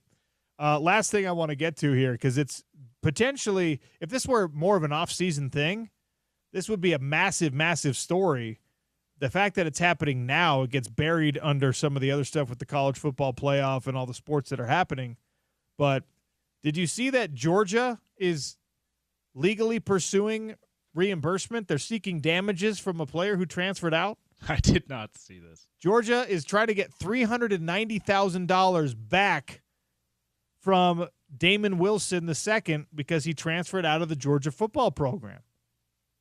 In his contract, he was making from December 2024 through this coming January, he was supposed to make $30,000 a month. That's $420,000 total, and included a $40,000 bonus payment in February and in June. So that was his contract. And also in this contract was a buyout clause, damages clause, liquidated damages if the contract is terminated by either party. Meaning if Georgia cut him, they have to pay him the full contract. And if he leaves Georgia, he's got to pay back even money, I guess, that they did not give to him yet. And this is Georgia's collective that's seeking this, or the University of Georgia? The University of Georgia. That's so interesting. When the University of Georgia Athletic Association enters binding agreements with student-athletes, we honor our commitments and expect student-athletes to do the same, Georgia Athletic spokesperson Stephen Drummond said in a statement. Wow. So that's going to be really interesting how this turns out in court, because it doesn't feel like University of Georgia should be entitled to anything, but the collective and the business owners that gave him that committed that money to him, sure, they might be entitled to something. I think, and we'll see how the legalese comes out on this, but that's one of the most important things here is like they're not truly distinct organizations. And right.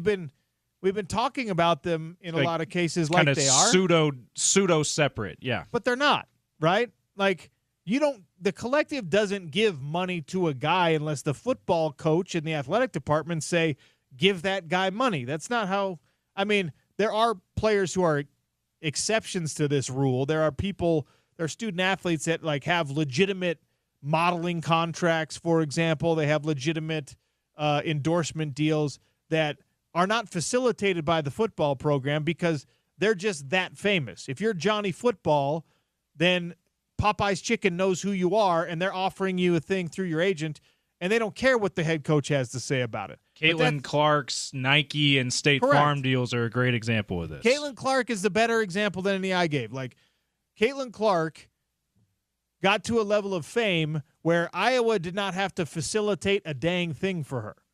The brands contacted her or her reps. Just like, we want you, you're a big deal, right? Yeah. That's so rare, though, in college football. And certainly it's not happening for a Georgia defensive end whose name you had not heard before today. But Georgia was like, this dude's worth $400,000 to us, so give him $400,000. And they've said in the damages they're seeking, because he's transferring, right? If he ends up somewhere else, we will take those damages paid by the other school's collective, but this is going to set precedent one way or another. And there are very few schools who can go out on this limb and get into a fight with a student athlete and not worry about what the perception says, not worry about what that does in the marketplace when you're talking about recruiting and things like that. Because if Utah tried to do this, if BYU tried to do this, then what happens when Georgia's recruiting the same guy? They're going, you don't want to go there because if you decide to transfer, they're going to make you pay back that money. Now Georgia is the school that's like, you got to pay us back the money. If you leave, you got to pay us back. And Georgia, and they probably are, but Georgia fancies themselves bulletproof in this situation. it will be interesting to see because we've talked about in other ways, college football is way different from a recruiting perspective than it's ever been. See Indiana, number 1 team in the nation going into college football playoff, right? Maybe this sets a precedent for in the way that Georgia doesn't want it to, where top players are like, you know what? I'm going to actually go to this what you think is a program well below you because I know they're not going to do that to me. Because they can't perception-wise afford to do it. And by the way, Georgia can more afford to throw money away than anyone else can, but they're the ones who just like, no. It's kind of like, Warren Buffett, the billionaire who's super thrifty, lives in the same house, drives the same car, eats McDonald's for breakfast every day. He doesn't need to save money, but he does. Georgia doesn't need to save money by getting it back from this kid, but they are. And the thing that's not being reported that I'm sure if we were in Georgia, we would have a better sense of, I want to know how much of this is just because they're like, this dude specifically is a turd, and we don't like him. So we're going to get the money back from him. There's probably plenty of situations where a guy, it doesn't work out, the transfer, we shouldn't have given you all that money, that's our bad. We wish you well, kid. There's probably so many of those situations in the country where it's just like, that was a wrong call we made on this particular kid. But he's a good kid, and, he's not the player that we thought he was going to be. Or he is the player we thought he was going to be, and now we just have to grin and bear it while he goes and transfers to greener pastures or whatever. This could just be a flat-out vindictive, like, no, we hate this kid. Yeah, this kid is a punk. He said bad things about us. He talked back to the coaches. He didn't, do what he was supposed to do. He bad grades. Whatever it is that makes you not like a guy, you might specifically just be like, you. No. Everyone else that transfers out could keep their money. You, though, are a turd, and I don't like you, and I want $390,000. That could be what's happening. I kind of hope that's it. It's more interesting that way. Absolutely. All right. We're way over time. We're going to double up here. We're going to come back with the head coach of Mississippi State basketball, Chris Jans, and the Bulldogs are coming into the Delta Center this weekend to take on the Runnin' Utes. We'll talk about it next on the Sean O'Connell Show, ESPN 700 and 92.1 FM.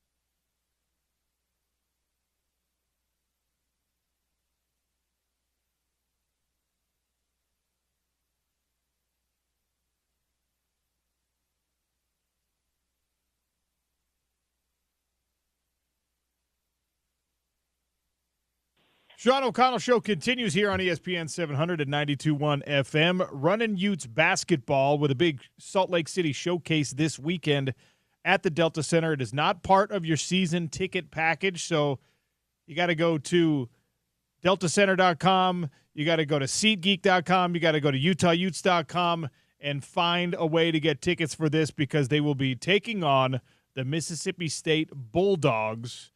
Head coach of the Mississippi State Bulldogs men's basketball team, Chris Jans, joins us here on the program. Coach, thanks for joining us. How are you? I'm fine, Sean. I hope all is well in Utah. Well, you get to make a little trip here. How much time have you spent in our great state? Have you been here before? Have you played basketball or coached basketball here before? I have a bunch of times. I was at New Mexico State for 5 years, so we would play. I think it's Utah Tech now. It wasn't then, and so made plenty of trips there. And then actually, when I was at Wichita State, we brought our team to this very set arena that we're going to be playing on Saturday for some NCAA tournament games. When we went on we went on a Final Four run in 2013, and we played our first two games there. And so have some good memories of walking in that gym here in a few days. So your team right now on the season, we're all trying to figure out, who Utah basketball is. I assume there's some trying to figure out who Bulldog basketball is right now. What do you know about your team heading into, I guess, what's this, your 10th game that you did? Like you said, unfortunately, 9 games in, we're still in a situation, something we pride ourselves in, and then just playing together and being tough on both ends of the floor is things that we preach and that are staples of our program. And we're a work in progress that way this year. And everyone will tell you, well, there's so much new. There's so many new players. And, that's kind of chalk it up to it is what it is for 98% of college basketball programs in this day and age. And it's definitely true, but you have to adapt. And for whatever reason, this particular year, we've struggled with playing our best on game day. And so we're, like I said, a work in progress. And, hopefully we'll continue to play better. When you're trying to find that consistency and when you are trying to, really get a group of guys all on the same page and into what you think the identity of a team should be, and it's not going the way you want to on it every night, and some nights playing better, obviously, than others. Do you ever deviate from the methodology, right? You've been coaching for a long time. Do you ever say, all right, with this particular group, we're going to have to do the schedule a little bit different. We're going to have our practices a little bit different. Or do you just, try to keep doing things like you always have and you've always found to be most successful and hope that it comes along eventually? Well, that's a great question, and we're in the midst of trying to answer those questions on the daily. I'm certainly one that, like you said, has coached a while and have an idea of what I'd like my teams to represent and play like, but at the same time, I'm not that stubborn anyway, where we're not adaptable, and we've changed a lot over the years of how we've defended, how we've run offense, and how we put our teams together. So we're asking those questions amongst our staff, every day of, hey, how can we tweak this? How can we tweak that? And in terms of schedule, obviously you do your schedule, a year or many months in advance, so you really don't know your team. So how aggressive you are, it's got to be more of a gut feeling and who you think maybe will be back, and maybe some success you've had in the past in the portal recruiting season influences you. Our schedule this year was an aggressive schedule, and certainly now looking back, I wish we would have maybe not have been as aggressive to be able to get some more wins under our cap, if you will, before we stepped up in competition, but that's not the way it unfolded. But we're definitely trying to tweak how we play and figure out new methodology, as you put it, of trying to get these guys on game day to play their best. And when you're going through something like this, it's just, hey guys, it is what it is. And there's no one walking through the door, a player or a coach that's going to change things right now. And all we got is us, and we've got to stay the course, stay together, keep working at it, try to build confidence and, just play better. And if not, you start pouting, you start feeling sorry for yourself, you start listening to the noise, and it definitely won't change. So that's kind of been our approach. And hopefully, we'll play better here going forward. Mississippi State head basketball coach Chris Jans is our guest here on the Sean O'Connell Show. He brings his team in this coming Saturday to take on Runnin' Utes basketball. You referenced Coach Jensen earlier. Everyone's real excited to have one of the all-time greats in the program back now running the program. What do you know about Alex Jensen and Utah basketball? I know Alex fairly well, just from business, like I'm sure you've heard 1,000 times, and always been impressed with him as a person, first and foremost. Always very humble and kind, and don't really know him that well as a coach, if I'm being honest. I certainly will as the week unfolds. And, they can use this as motivational fodder if they will. But, we played last night and got home and just haven't opened up the laptop yet because we don't play till Saturday. Certainly will this evening and, heading into later in the week when we'll get together again and start putting in the game plan. But looking forward to seeing, how they play. I know he's got great experience of his own playing experience, but playing for Coach Majerus and then working for him, and then obviously being in the NBA and now being a head coach in college. And when they hired him, I thought, what a great hire, and made perfect sense. And I'm sure he'll do a wonderful job for Utah. But looking forward to, like I said, getting more acquainted with how they're playing and how we're going to try to stop them. Will you have to adjust rotations minutes to compensate for altitude? I don't know what the altitude is off the top of my head in Stark Vegas, but I know it's not the same as we got. No, it's not. And it's real, as you well know. I've been at places like this before and taken teams to altitude places and try to tell your players about what it's going to feel like. And it's something you have to go experience, first as a player. And, it'll be a great excuse for us to try to get them in a little better shape. This week we're in finals, so we have a full 6 days before we play between games, and that'll be something that we'll be talking about. And, we've played, 10, 11 guys in different games this year, and we played games where we only play, 8 or even 9. So certainly on paper that would make sense to play more guys heading into a game with altitude, but, that'll unfold as it does, and that'll depend on practice and certainly how the game's going. I know I'm not breaking any news to you, giving you any information you're not acutely aware of and handling, but your team has not really performed at the free throw stripe so far this season. Is there a way to improve that beyond just like dedicating practice time and making them stand there and shoot free throws all day? Well, that's a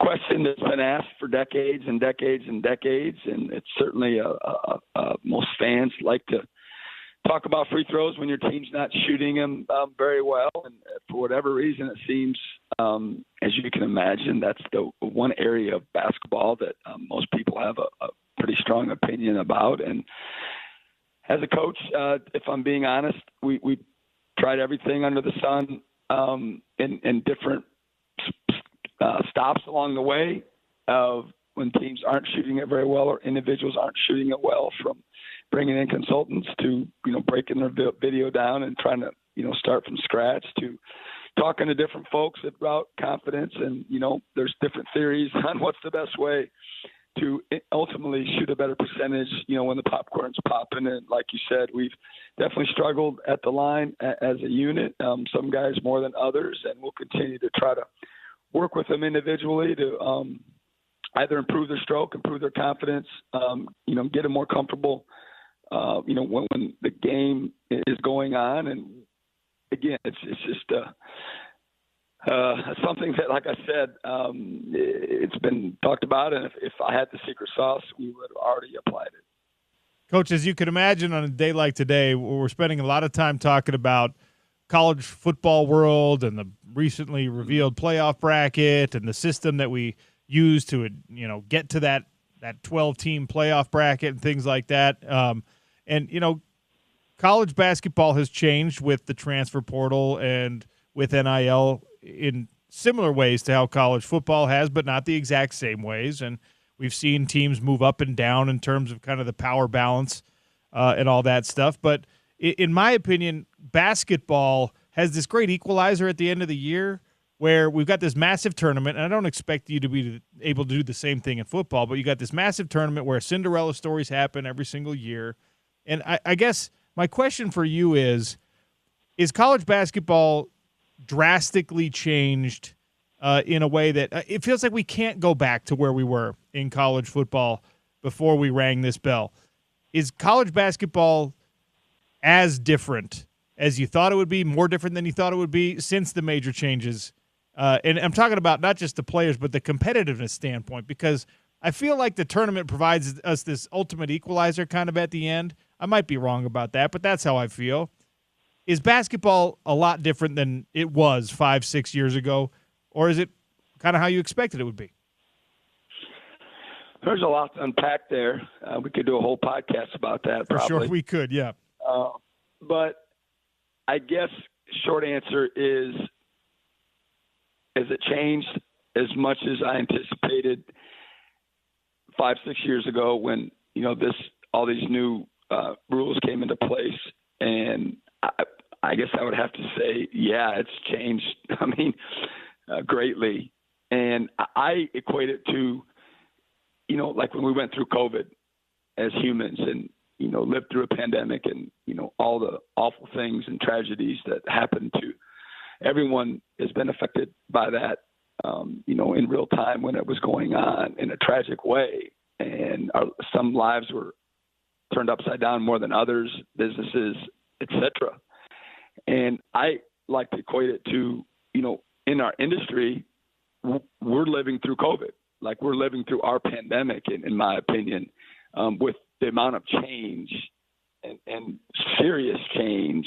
If you look at the portal and transferring and NIL, and, we're still not on solid ground yet when it comes to all of that. There's always been rule changes and legislative changes to our game, but it happens so much and so more now than it used to in the past. So it's a time where you just gotta ride the waves and in my opinion, not be mad or upset or there's nothing you can do about it. You either adapt and change or get left behind. And that's what we try to do, is just roll with the punches and try to figure it out and make good decisions as best we can within the rules and the framework that we're coaching and playing in. But there's been a ton of change, and certainly, March Madness is the greatest 3 weeks of the season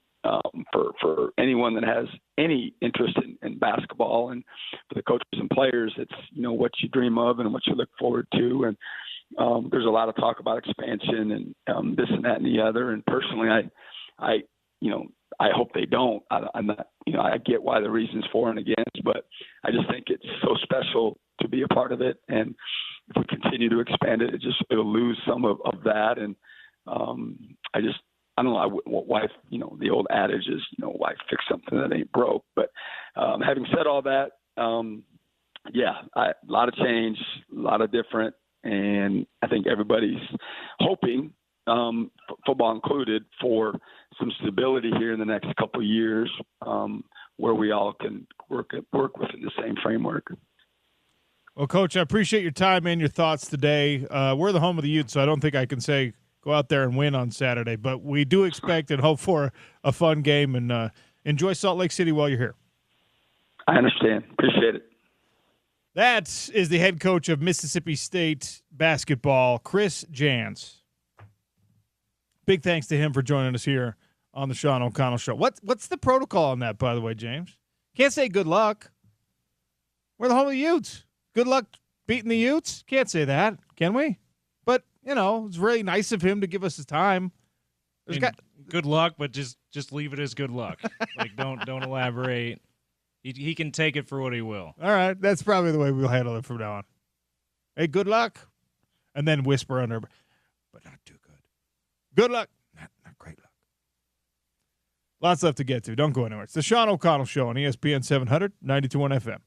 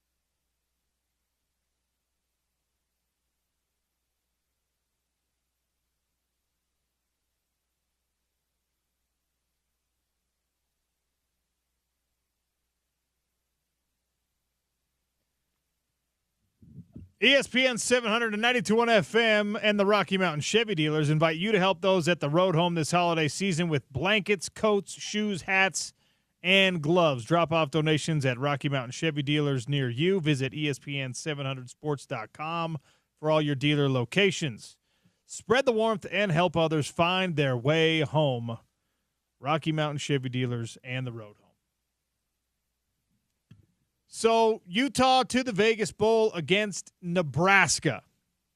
Now, we've talked about this, the meaningless bowl game type situation. People are very, very quick to call every bowl game that's not in the college football playoff meaningless. I don't like saying it that way, but I do hate the trend that we're seeing emerge with teams just taking their ball and going home. Notre Dame's in a different spot than a lot of teams where it really is for them playoff or bust. For Kansas State, Iowa State, I hate that they're not playing bowl games. I know that there's a real reason not to for all of those teams. I get it. Notre Dame ducking BYU to do it also sucks because that would have been a fun, Catholics versus Mormons type bowl situation. For the Pop-Tarts. Come on now. Pop-Tarts Bowl also, the Pop-Tarts Bowl is now for me, outside of like the meaningful bowl games, that's the game I want to be in because of the pure insanity of the Pop-Tarts mascot going down into the toaster and then coming out as an edible treat. It's just chaos, and I love it. And good for BYU for wanting to play. Every team that is saying, no, I don't want to do it, like all these teams are, we can't safely practice and prepare. Shut up. Knock it off. I'm going to get on the same soapbox I got on last week. Just let guys that you don't think are that good play. All right? And no one is judging your season based on what happens in the bowl anymore. They don't. We know that there's this line of demarcation between the New Year's bowl games, the playoff bowl games, and all these other ones that are just about a few $100,000 for your school. If you have all walk-ons playing in that game, fine. Let them go out there and play. And by the way, how often are teams and coaches wrong about whether players are good enough or not? I watched last night, James, that Chiefs-Texans game. The Chiefs were using their third-string offensive tackle, okay, this Pole guy. And it was his first NFL action, period. He's going up against Danielle Hunter. He held Hunter to the lowest pressure rate of the season as a third-string guy who wasn't even on the roster 2 weeks ago. As like a cup of coffee, we don't know if you're good enough to play in the NFL guy. The Chiefs have to put him in. It's a need situation, not a Andy Reid's a genius situation, although he is, but not in this particular case. And this Pole guy ends up having a great game. Now, does that mean he's going to be a great player for 10 years? No. But he's good enough to block one of the best pass rushers in the NFL after not being on a roster 2 weeks ago. Sometimes coaches are wrong. You can let other guys play, especially in meaningless bowl games. But I digress. Nebraska, Utah. What's it actually going to look like? We know that there's going to be a handful of Utah guys that probably don't want to suit up for this game, probably don't end up suiting up for this game. I don't think a single one of them will be begrudged. Christian Thatcher has announced he's heading into the transfer portal, backup linebacker for Utah. Obviously, the guys with first-round draft grades, we're just going to wish them well and say don't hurt yourself playing against Nebraska.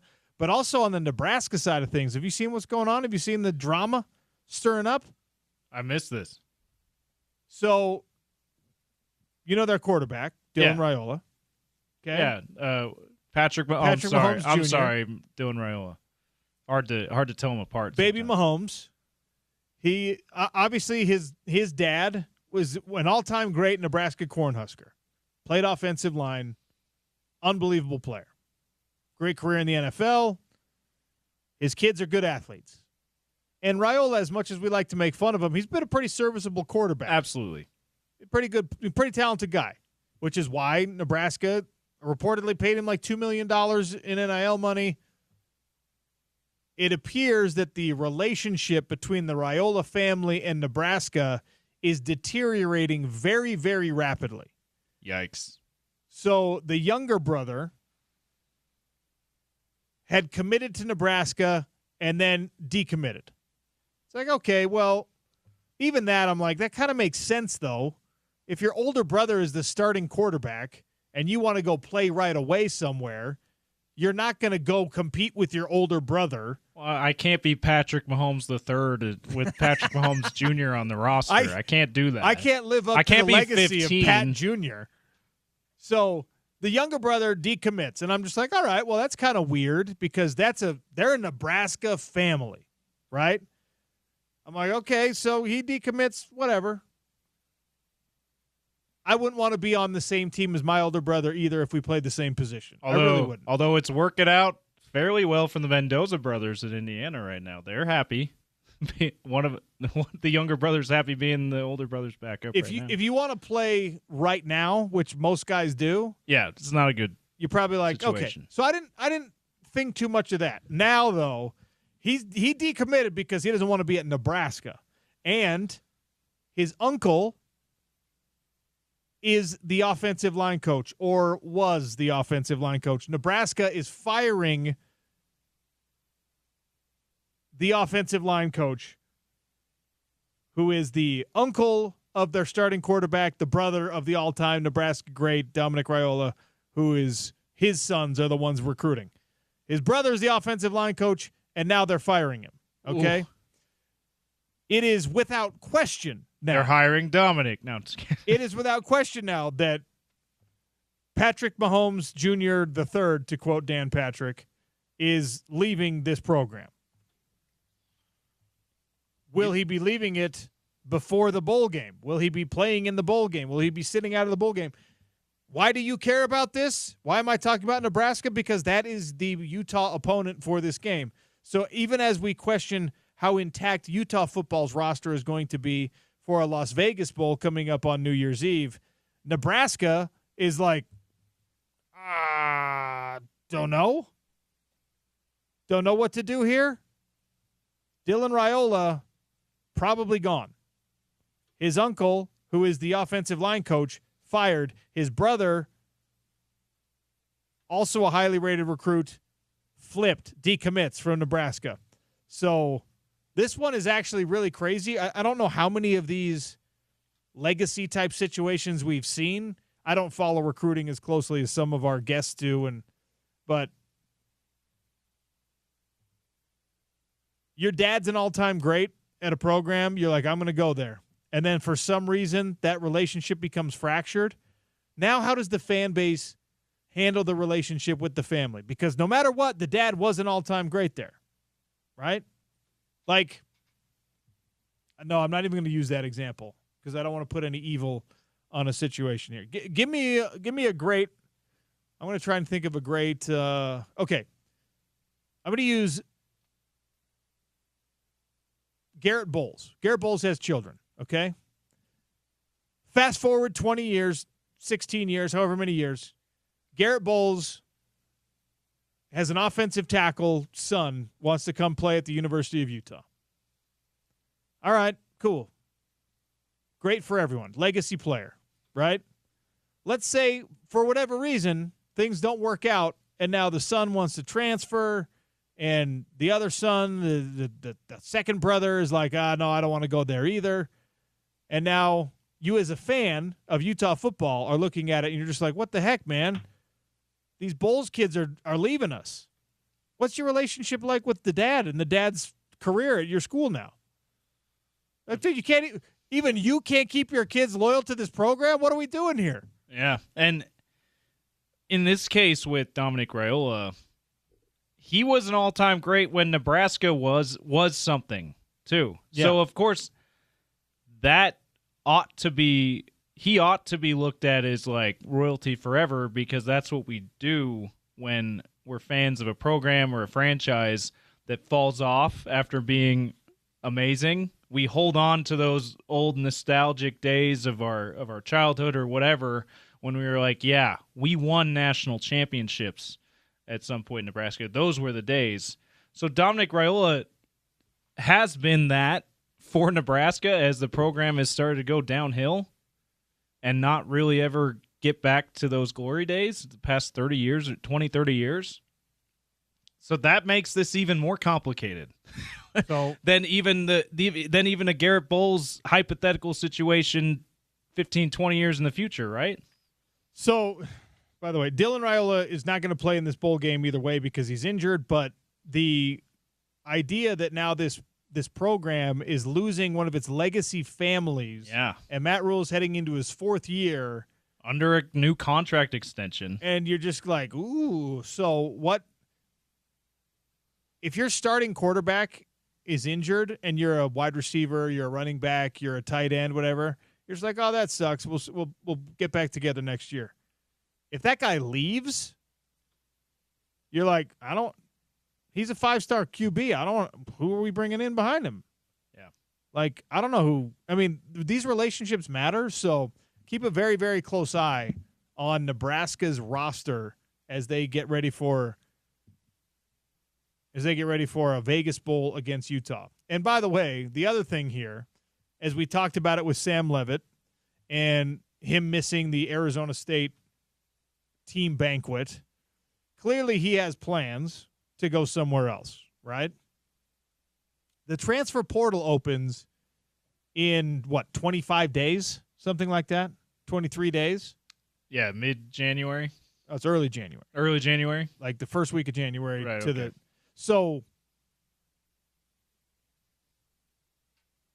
we're just admitting as a collective football community that these guys are already having the conversations, and there's virtually zero attempt to stop it from happening.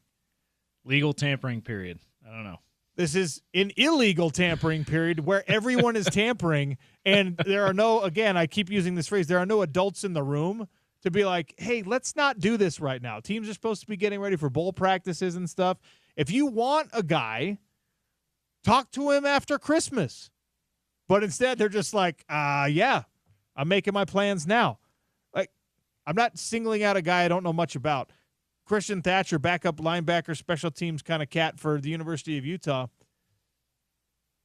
He's already announcing, he's letting everyone know, I'm entering the transfer portal in 3 weeks.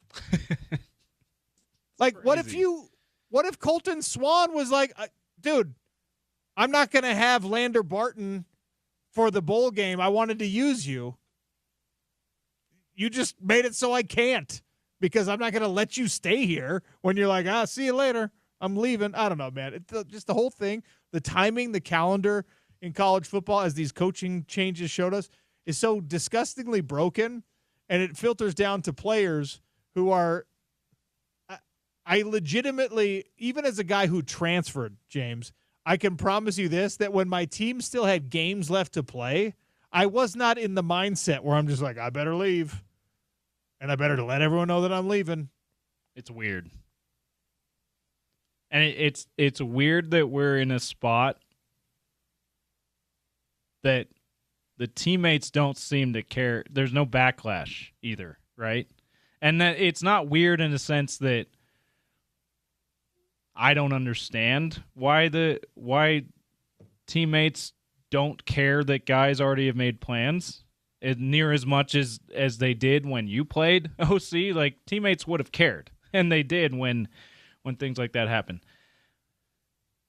But I do understand the deal, but it's like if you take that context out of it, the whole like all of us have agents, all of us are hearing from our agents about opportunities. You're cool. You take that context out of it and just in a vacuum go, I have a teammate who 3 weeks before it's okay to leave and we have one more game left on the schedule is saying, it was so fun playing with you guys, I'm leaving.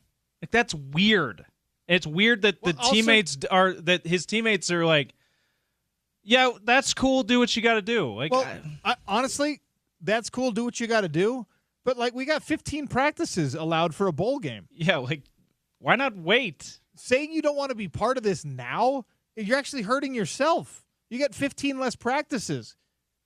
I know I'm getting, like, pretty in the weeds here. Yeah. But when you're a backup player, you need every rep you can get. And if you get 10 reps at every practice for 15 practices, that's 150 reps of you presumably trying to get better in college football. Instead, you're going to what? You're going to play video games for all of December?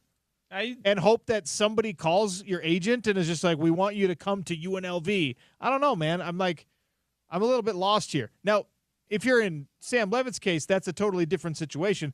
That's a situation where teams and agents and players and people should be putting it on hold, and they don't.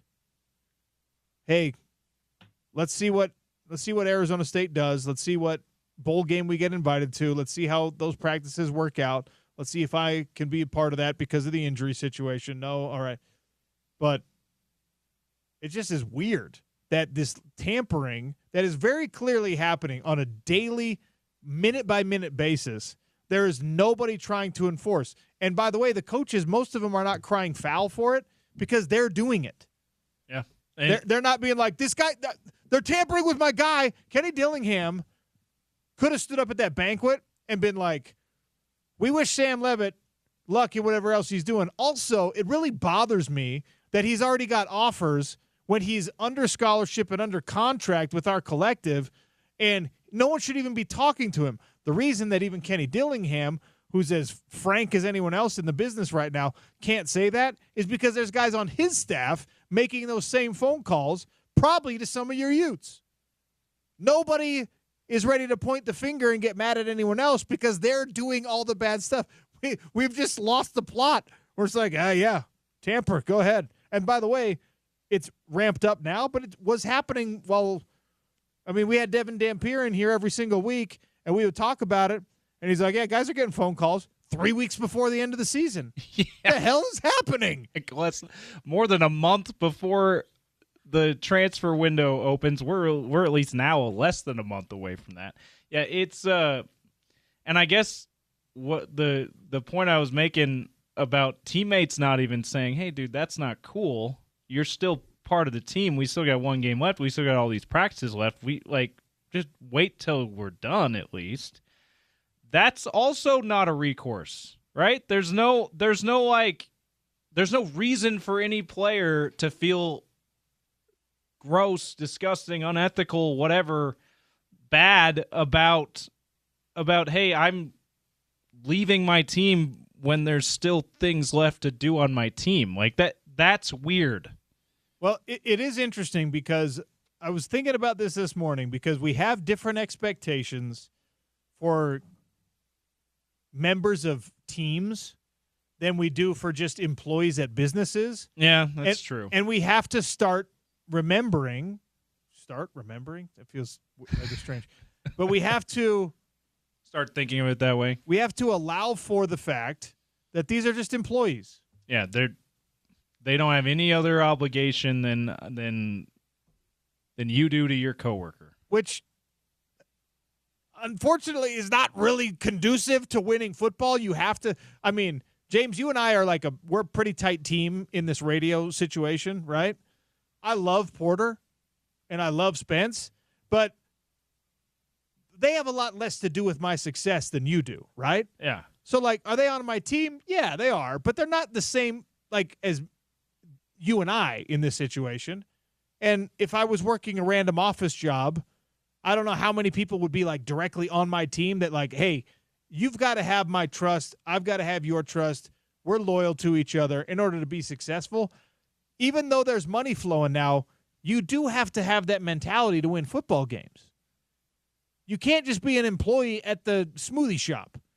You can't just be, I'm here for a paycheck and nothing else. You have to be accountable to the guy next to you and the guy behind you and the guy in front of you and the coach that is teaching you. You have to have some level of loyalty here, and it doesn't have to be when it's not working out for me, I'm going to stay here forever.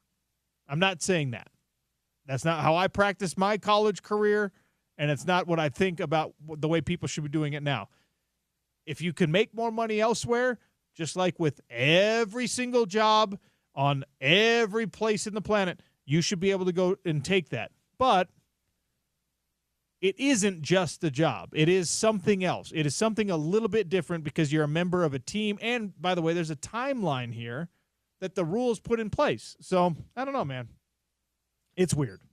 By the way, going back to the Dylan Raiola, Patrick Mahomes impersonation thing going on. You remember when Weddle told us if Gage put on the uniform or any gear of a team he doesn't commit to, Yeah. He'd be angry about that because that's not representing me well enough. Yeah, you're representing my name too. Yeah. What do you think What do you think Eric Weddle would do if Gage was whoever his favorite player is in the NFL? He just starts like copying, let's say, It's Dak Prescott. Dak Prescott. Okay, so he copies Dak Prescott. He gets the Dak Prescott haircut, even the little bit of Dak Prescott receding hairline. He tries to create that a little bit. He's number 4. He wears whatever other accessories Dak Prescott. He does the weird hip warm up. Like, I gotta think, based on what Weddle said about even wearing the gear of another team on a recruiting trip, that's a no-no unless you're committing to that team. That he'd be like, "What the hell are you doing? He Dude? 100% Stop would. that! Stop cosplaying as Dak Prescott." Okay, it's weird. It's my name on the back of your jersey. Stop being a weirdo.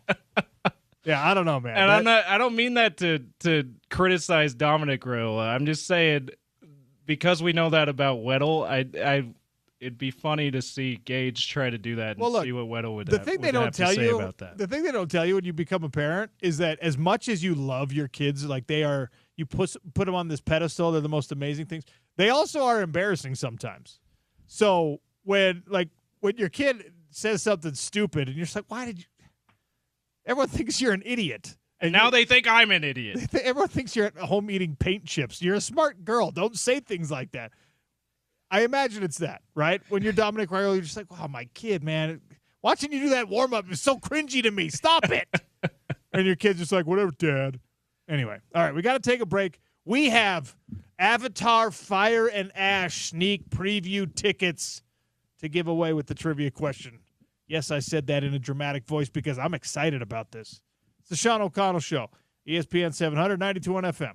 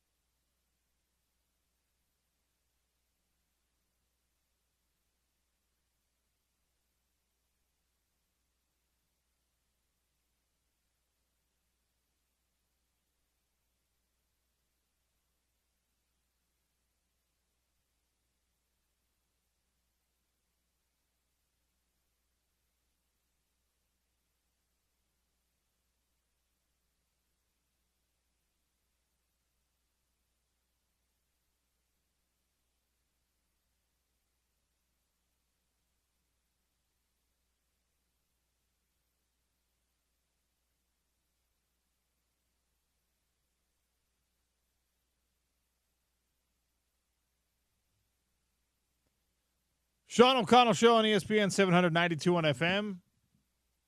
Proud part of Utah's ESPN radio network.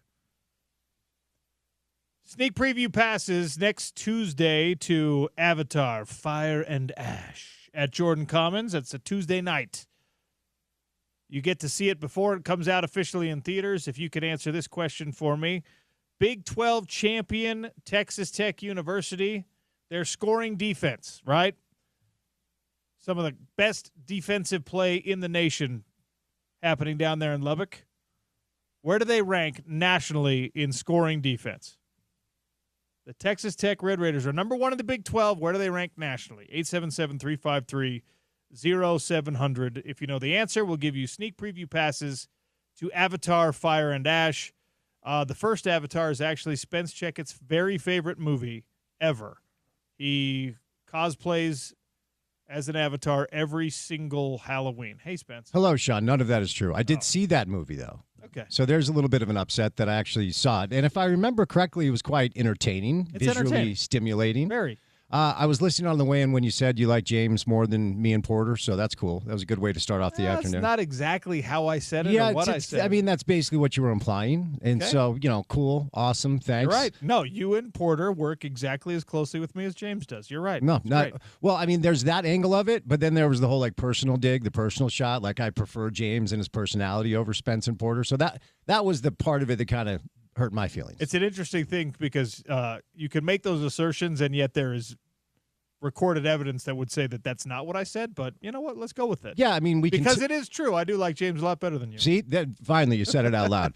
But I was glad you were talking about that because I wanted to bring it up. Like, you made some interesting points. The difference between being on a team playing a sport and being on a sales staff. Yeah.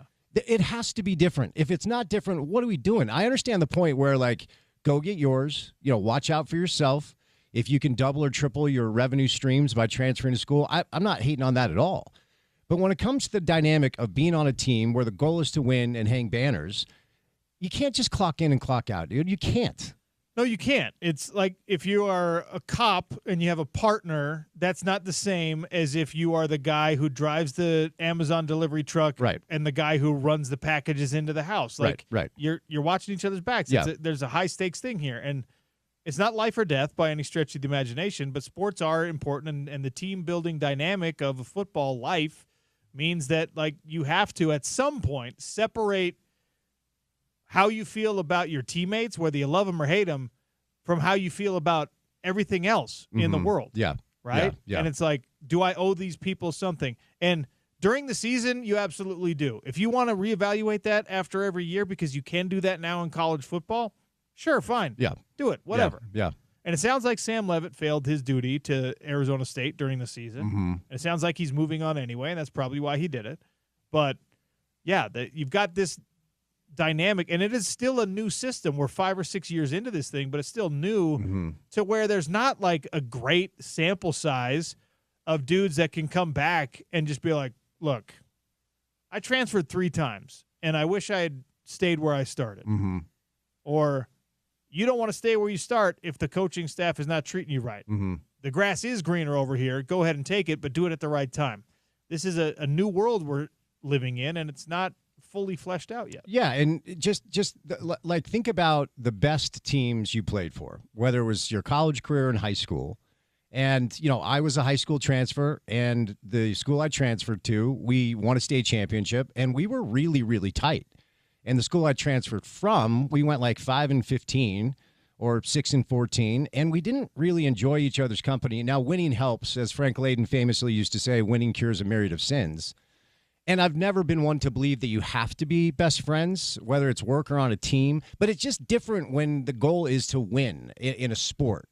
And certainly a sport like football where it's the ultimate team game and every guy has to do his job. In basketball, LeBron gets hot, he drops 45 one night, you're gonna win the game. But even in basketball, the way I believe it should be played is a very connected team, ball movement type, trust your teammate attack. And I do think it actually helps if you enjoy the other person's company, because everybody always says, well, Shaq and Kobe hate each other. I'm like, dude, at the time, they were probably the 2 best players in the league when they played together. It didn't matter if they liked each other. They were just that good. But imagine if they did, They would have won 10 better. titles, Sean. Yeah. I mean, they could have been the modern day Celtics from the 60s with Bill Russell. Nobody's stacking rings like that anymore. Kobe and Shaq, that Laker team, if those two just were able to see eye to eye between 8 to 10 championships, as it was, I think they won 3 together, and then Shaq got one in Miami. Anyway, never been a huge proponent of you've got to be best friends with the dude who's next to you. But one of the reasons that I've always wanted to stay in this ecosystem, sport somehow, whether it's playing as long as I could, looked at coaching for a minute, and now on the media side for 20 years, there's a different level of passion and there's a different level of intensity that feels very prescient and urgent with sports as opposed to if I was just selling insurance every day. That, I can remember being young and noticing two things making grown men lose their minds. Sports, any sort of sports game they're into and they love, and a concert. You love Bruce Springsteen, you're going crazy. I'm I want to exist in this because it's different.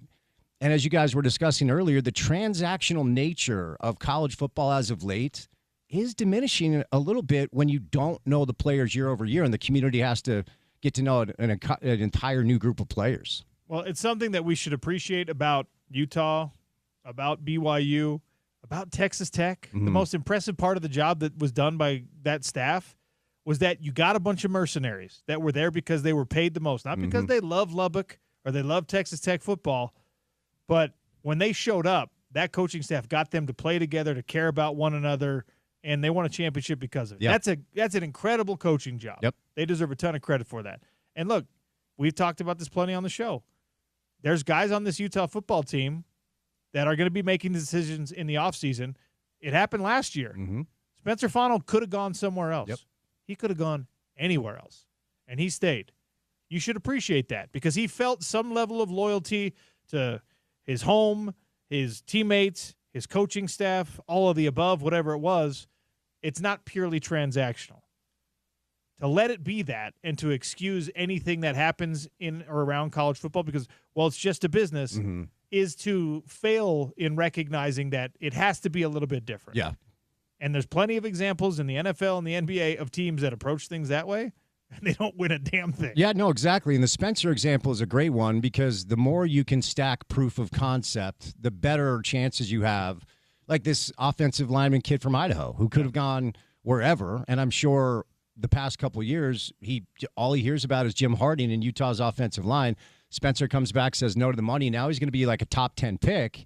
You stack that as proof of concept. You put that in your back pocket. It's a nice little thing to be able to pull out. I imagine Spence Checketts has some thoughts on the way things played out this weekend. Indeed. You should stay tuned for the drive and hear what those thoughts are. Thanks for listening to the Sean O'Connell Show. We'll do it again tomorrow on ESPN 700 and 92.1 FM.